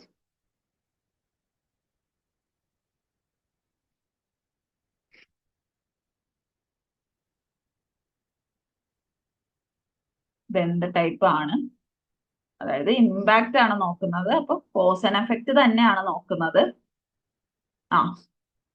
ബി എന്ന് അനീസ് പറയുന്നു. പിന്നെ ബി ഓക്കെ, ബി ആണ്, എക്സ്പെരിമെന്റൽ ആണ്. കാരണം നമ്മൾ ഇമ്പാക്ട് കണ്ടുപിടിക്കാൻ നോക്കുകയാണ്, online learning on students academic performance. ഇപ്പൊ എക്സ്പെരിമെന്റൽ ആണ്. ഇപ്പൊ നിങ്ങൾ എക്സ്പോസ് ഫാക്ടറും കൂടെ ഉണ്ടെങ്കിൽ കുറച്ചും കൂടെ ആലോചിക്കേണ്ടി വരും. എന്താണ് എക്സ്പോസ് ഫാക്ടറും കൂടെ ഉണ്ടെങ്കിൽ മെനിപ്പുലേഷൻ നടക്കുന്നുണ്ടോ ഇല്ലയോ ഒന്നും കൂടെ ആലോചിക്കണമായിരുന്നു. എക്സ്പെരിമെന്റിൽ മാത്രം ഉള്ളതുകൊണ്ട് it's A very simple answer. അങ്ങനെ പോവാം. നിങ്ങൾ കൂടുതൽ ഇതിനെ മുകളിൽ ചിന്തിച്ച് കൊളവാക്കണ്ട എന്ന് ഞാൻ പറയുള്ളൂ. നിങ്ങൾ ഇന്ന് ചെന്നിട്ടും ഇതൊരു 30 ക്വസ്റ്റ്യൻസ് ഉണ്ട് as far as I remember. അപ്പൊ ആ 30 ക്വസ്റ്റ്യൻസ് നിങ്ങൾ നോക്കുക, പെട്ടെന്ന് ആൻസർ ചെയ്യാൻ പറ്റുന്നതാണ്. അപ്പോ നിങ്ങൾ ഇന്ന് തന്നെ പറ്റി അത് ചെയ്തിട്ട് കിടക്കുക. നിങ്ങൾക്ക് ഒരു സാറ്റിസ്ഫാക്ഷൻ ഉണ്ടാവും, മെറ്റീരിയൽ മനസ്സിലായി എന്നുള്ളത്. കിട്ടിയില്ലെങ്കിൽ നിങ്ങൾക്ക് നാളെ ഡൗട്ടും ചോദിക്കാം. അപ്പൊ നമുക്ക് ഇങ്ങോട്ടും അങ്ങോട്ടും ഒരു ഹെൽപ്പായി അത്. നിങ്ങളെ ക്വസ്റ്റ്യൻ ചോദിക്കുമ്പോഴാണ് ഞാൻ ഓരോ കാര്യങ്ങൾ ആലോചിക്കുന്നത്. അപ്പൊ ഇങ്ങനത്തെ കുറെ റിസർച്ച് അറ്റംപ്റ്റ്സ് ടു വാലുവേറ്റ്, അങ്ങനത്തെ കുറെ ലൈക് സിറ്റുവേഷൻ ബേസ്ഡ് ക്വസ്റ്റ്യൻസ് ഇപ്പൊ കുറെ കാണുന്നുണ്ട് ഞാൻ. നമുക്ക് ഇത് ഒരെണ്ണം ചെയ്യാം, ലിസ്റ്റ് ബേസ്ഡ്. ഇത് കാണുന്നില്ല. ലിസ്റ്റ് ബേസ്ഡ് നമുക്ക് നാളെ നോക്കി. ഞാൻ ഇതൊന്ന് ഡാർക്ക് മോഡിൽ നിന്ന് മാറ്റിയിട്ട് നിങ്ങൾക്ക് വേണമെങ്കിൽ നാളെ കാണിച്ചു തരാം. ബേസിക്കലി ഇങ്ങനെ 2 ലിസ്റ്റ് തരും. ഇപ്പൊ റിസർച്ച് മെത്തേഡ്സും ഡാറ്റ കളക്ഷൻ ടൂൾസ്, അല്ലെങ്കിൽ റിസർച്ച് മെത്തേഡ്സ് അതിന്റെ ക്രിട്ടിക്കൽ ഫീച്ചേഴ്സ് അസോസിയേറ്റഡ്, എന്നിട്ട് ഇത് മാച്ച് ദ ഫോളോയിങ് ആണ് ബേസിക്കലി. ഒരെണ്ണം എപ്പോഴും ഒരു ഡിസ്ട്രാക്ടർ ആയിരിക്കും, അതായത് ഇതിലൊന്നും ഭാഗമല്ലാത്തൊരു സാധനം. അപ്പൊ ബേസിക്കലി എല്ലാത്തിന്റെ ഒരു ബേസിക് അണ്ടർസ്റ്റാൻഡിങ് ഉണ്ടെങ്കിൽ നിങ്ങൾക്ക് ഇത് ഡയറക്ട്ലി മാച്ച് ചെയ്യാൻ പറ്റും. ഡാറ്റ കളക്ഷൻ ടൂൾ എന്താണെന്നാണ് നോക്കുന്നത്, എക്സ്പോസ് ഫാക്ടോറിന് എന്താണ്, ഹിസ്റ്റോറിക്കലിന് എന്താണ്. അപ്പോ എല്ലാം ഒന്ന് നോക്കാം നിങ്ങൾ. ആകെ 30 ക്വസ്റ്റ്യൻസ് ആണുള്ളത്. നിങ്ങളുടെ ഒരു സ്പീഡൊക്കെ കണ്ടിട്ട് എനിക്ക് തോന്നുന്നു നിങ്ങൾക്ക് പെട്ടെന്ന് അത് ആൻസർ ചെയ്യാൻ പറ്റുന്നതാണ്. 30 മോസ്റ്റ്ലി ഇതിനെ ബേസ് ചെയ്തിട്ടാണ്. ഞാനത് ഗ്രൂപ്പിൽ ഷെയർ ചെയ്യാം. 9 ആയി. ഇനി എന്തെങ്കിലും ഡൗട്ട്സോ അല്ലെങ്കിൽ ഞാൻ ഇനിയിപ്പോ എന്തെങ്കിലും ക്ലിയർ ചെയ്യണോ എന്ന്, ഇല്ലെങ്കിലും കുഴപ്പമില്ല, നിങ്ങൾ ഗ്രൂപ്പിൽ ഇട്ടാലും മതി. ഇന്നലെ തന്ന പോലെ എന്തെങ്കിലും ഫീഡ്ബാക്കോ സജഷനോ ഉണ്ടെങ്കിലും നമുക്കത് ചെയ്യാം.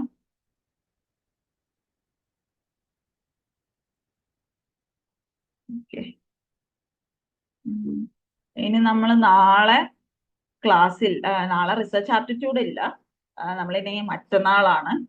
മറ്റന്നാൾ അപ്പൊ നമ്മൾ കവർ ചെയ്യാൻ പോകുന്നത് അടുത്തത് എന്താ ഉള്ളെ? അടുത്തത് സ്റ്റെപ്സ് ഓഫ് റീസെർച്ച് ആണ്. സ്റ്റെപ്സ് ഓഫ് റീസെർച്ച് നല്ല എക്സോസ്റ്റീവ് ആയിട്ട് ഒരു സബ്ജക്റ്റ് ആണ്. കാരണം എവറി സിംഗിൾ സ്റ്റെപ്പ് സ്റ്റാർട്ടിങ് തൊട്ട് അവസാനം വരെ നമ്മളെ എല്ലാ സ്റ്റെപ്സും. അപ്പൊ നമുക്ക് എന്താണ്, എങ്ങനെ ഒരു ടോപ്പിക് കണ്ടുപിടിക്കുന്നു, ഡാറ്റ കളക്ഷൻ അല്ല, എങ്ങനെ ഒരു സാമ്പിളിംഗ് മെത്തഡോളജിന്റെ എങ്ങനെ പോപ്പുലേഷൻ ഡിറ്റർമൈൻ ചെയ്യുന്നു, എങ്ങനെ സാമ്പിളിംഗ് എടുക്കുന്നു, അപ്പൊ ഡിഫറെന്റ് ടൈപ്സ് ഓഫ് സാമ്പിളിംഗ് എന്താന്ന് നോക്കണം. പിന്നെ അപ്പം മെത്തഡോളജി ഭാഗം ഫുള്ള് എന്ത് റിസർച്ച് ഡിസൈൻ ആണ് അതൊക്കെ ആദ്യം നോക്കണം. അപ്പൊ types of research design, type of research design, അപ്പോ അത് കുറെ പഠിക്കാനുണ്ടാവും. പിന്നെ അപ്പൊ ഞാൻ പറ്റിയാൽ നാളെ തന്നെ നിങ്ങൾക്ക് അയക്കാം, കാരണം കുറച്ച് നല്ല എക്സോസ്റ്റീവ് മെറ്റീരിയൽ ആയതുകൊണ്ട് നിങ്ങൾക്ക് തന്നെ വായിക്കാൻ കുറെ ടൈം വേണം. ആ സമയത്ത് ഇന്നലെ ഇന്നും കൂടെ തന്ന PYQs നിങ്ങൾ ചെയ്യാൻ നോക്കുക, പ്രാക്ടീസ് ക്വസ്റ്റ്യൻസ് ചെയ്യാം. ഇനിയും PYQs ഞാൻ കമ്പൈൽ ചെയ്തുകൊണ്ടിരിക്കുകയാണ്. കുറച്ച് എക്സോസ്റ്റീവ് പണിയാണ് അത്, കാരണം സ്പെഷ്യലി പുതിയ PYQs നമ്മൾ 2024 തന്നെ 2 തവണ എക്സാം നടത്തി. കുറേ പേപ്പേഴ്സ് 2 തവണയാണ് നടത്തിയിരിക്കുന്നത്. അപ്പൊ അത് കണ്ടുപിടിക്കാൻ കുറച്ച് ബുദ്ധിമുട്ടുണ്ട്, കറക്റ്റ് നമ്മുടെ ടോപ്പിക്കിനുള്ള PYQs. ഞാൻ പതുക്കെ ചെയ്യുന്നുണ്ട്. നിങ്ങൾക്ക് എന്തായാലും അത് തീരുമ്പോഴേക്ക് ഞാൻ ഒപ്പിച്ചു തരാം, അത് ഞാൻ പറയാം. നിങ്ങൾക്ക് മാക്സിമം PYQs ഞാൻ ഒപ്പിച്ചു തരാം. സോ അതൊക്കെ പ്രാക്ടീസ് ചെയ്യുക. ഇതിന്റെ കൂടെ തന്നെ നിങ്ങളുടെ പേപ്പർ 2 നിങ്ങൾ ഫോക്കസ് ചെയ്യുക. പേപ്പർ 1ന് നിങ്ങൾ ഇപ്പൊ കാര്യമായി ഇവിടെ കോച്ചിങ് എടുക്കുന്നുണ്ട്, നിങ്ങളെ ഹെൽപ്പ് ചെയ്യുന്നുണ്ട്, ക്രാഷ് കോഴ്സ് ചെയ്യുന്നുണ്ട്. പേപ്പർ 2 വിട്ട് കളയരുത്. നല്ല ഗുഡ് ചങ്ക് ഓഫ് മാർക്സ് അതിൽ നിന്ന് ഈസിലി, നിങ്ങളുടെ സ്വന്തം സബ്ജക്റ്റ് ആണെങ്കിലും ബേസിക് ലെവലിൽ നന്നായി പ്രിപ്പയർ ചെയ്യുക. എനിക്ക് തന്നെ തോന്നിയിട്ടുള്ളത്, ഇപ്പൊ എൻ്റെ ഒരു സബ്ജക്റ്റില് എന്റെ ബേസ് നല്ല ക്ലിയർ ആയതുകൊണ്ടാണ് പേപ്പർ 2 നല്ല ഈസി ആയിരുന്നു. അപ്പൊ പേപ്പർ 2 നിങ്ങൾ നന്നായി ഫോക്കസ് ചെയ്യുക, പേപ്പർ 1ന്റെ കൂടെ തന്നെ. ഓക്കെ, അപ്പോ ഇന്നത്തേക്ക് നിർത്താം. Anyway, thank you for joining. എല്ലാം ഞാൻ PDF ആയിട്ട് ഗ്രൂപ്പിൽ ഷെയർ ചെയ്യാം. So thank you. റെക്കോർഡിങ്ങും സോറി താങ്ക് യു. റെക്കോർഡിംഗ്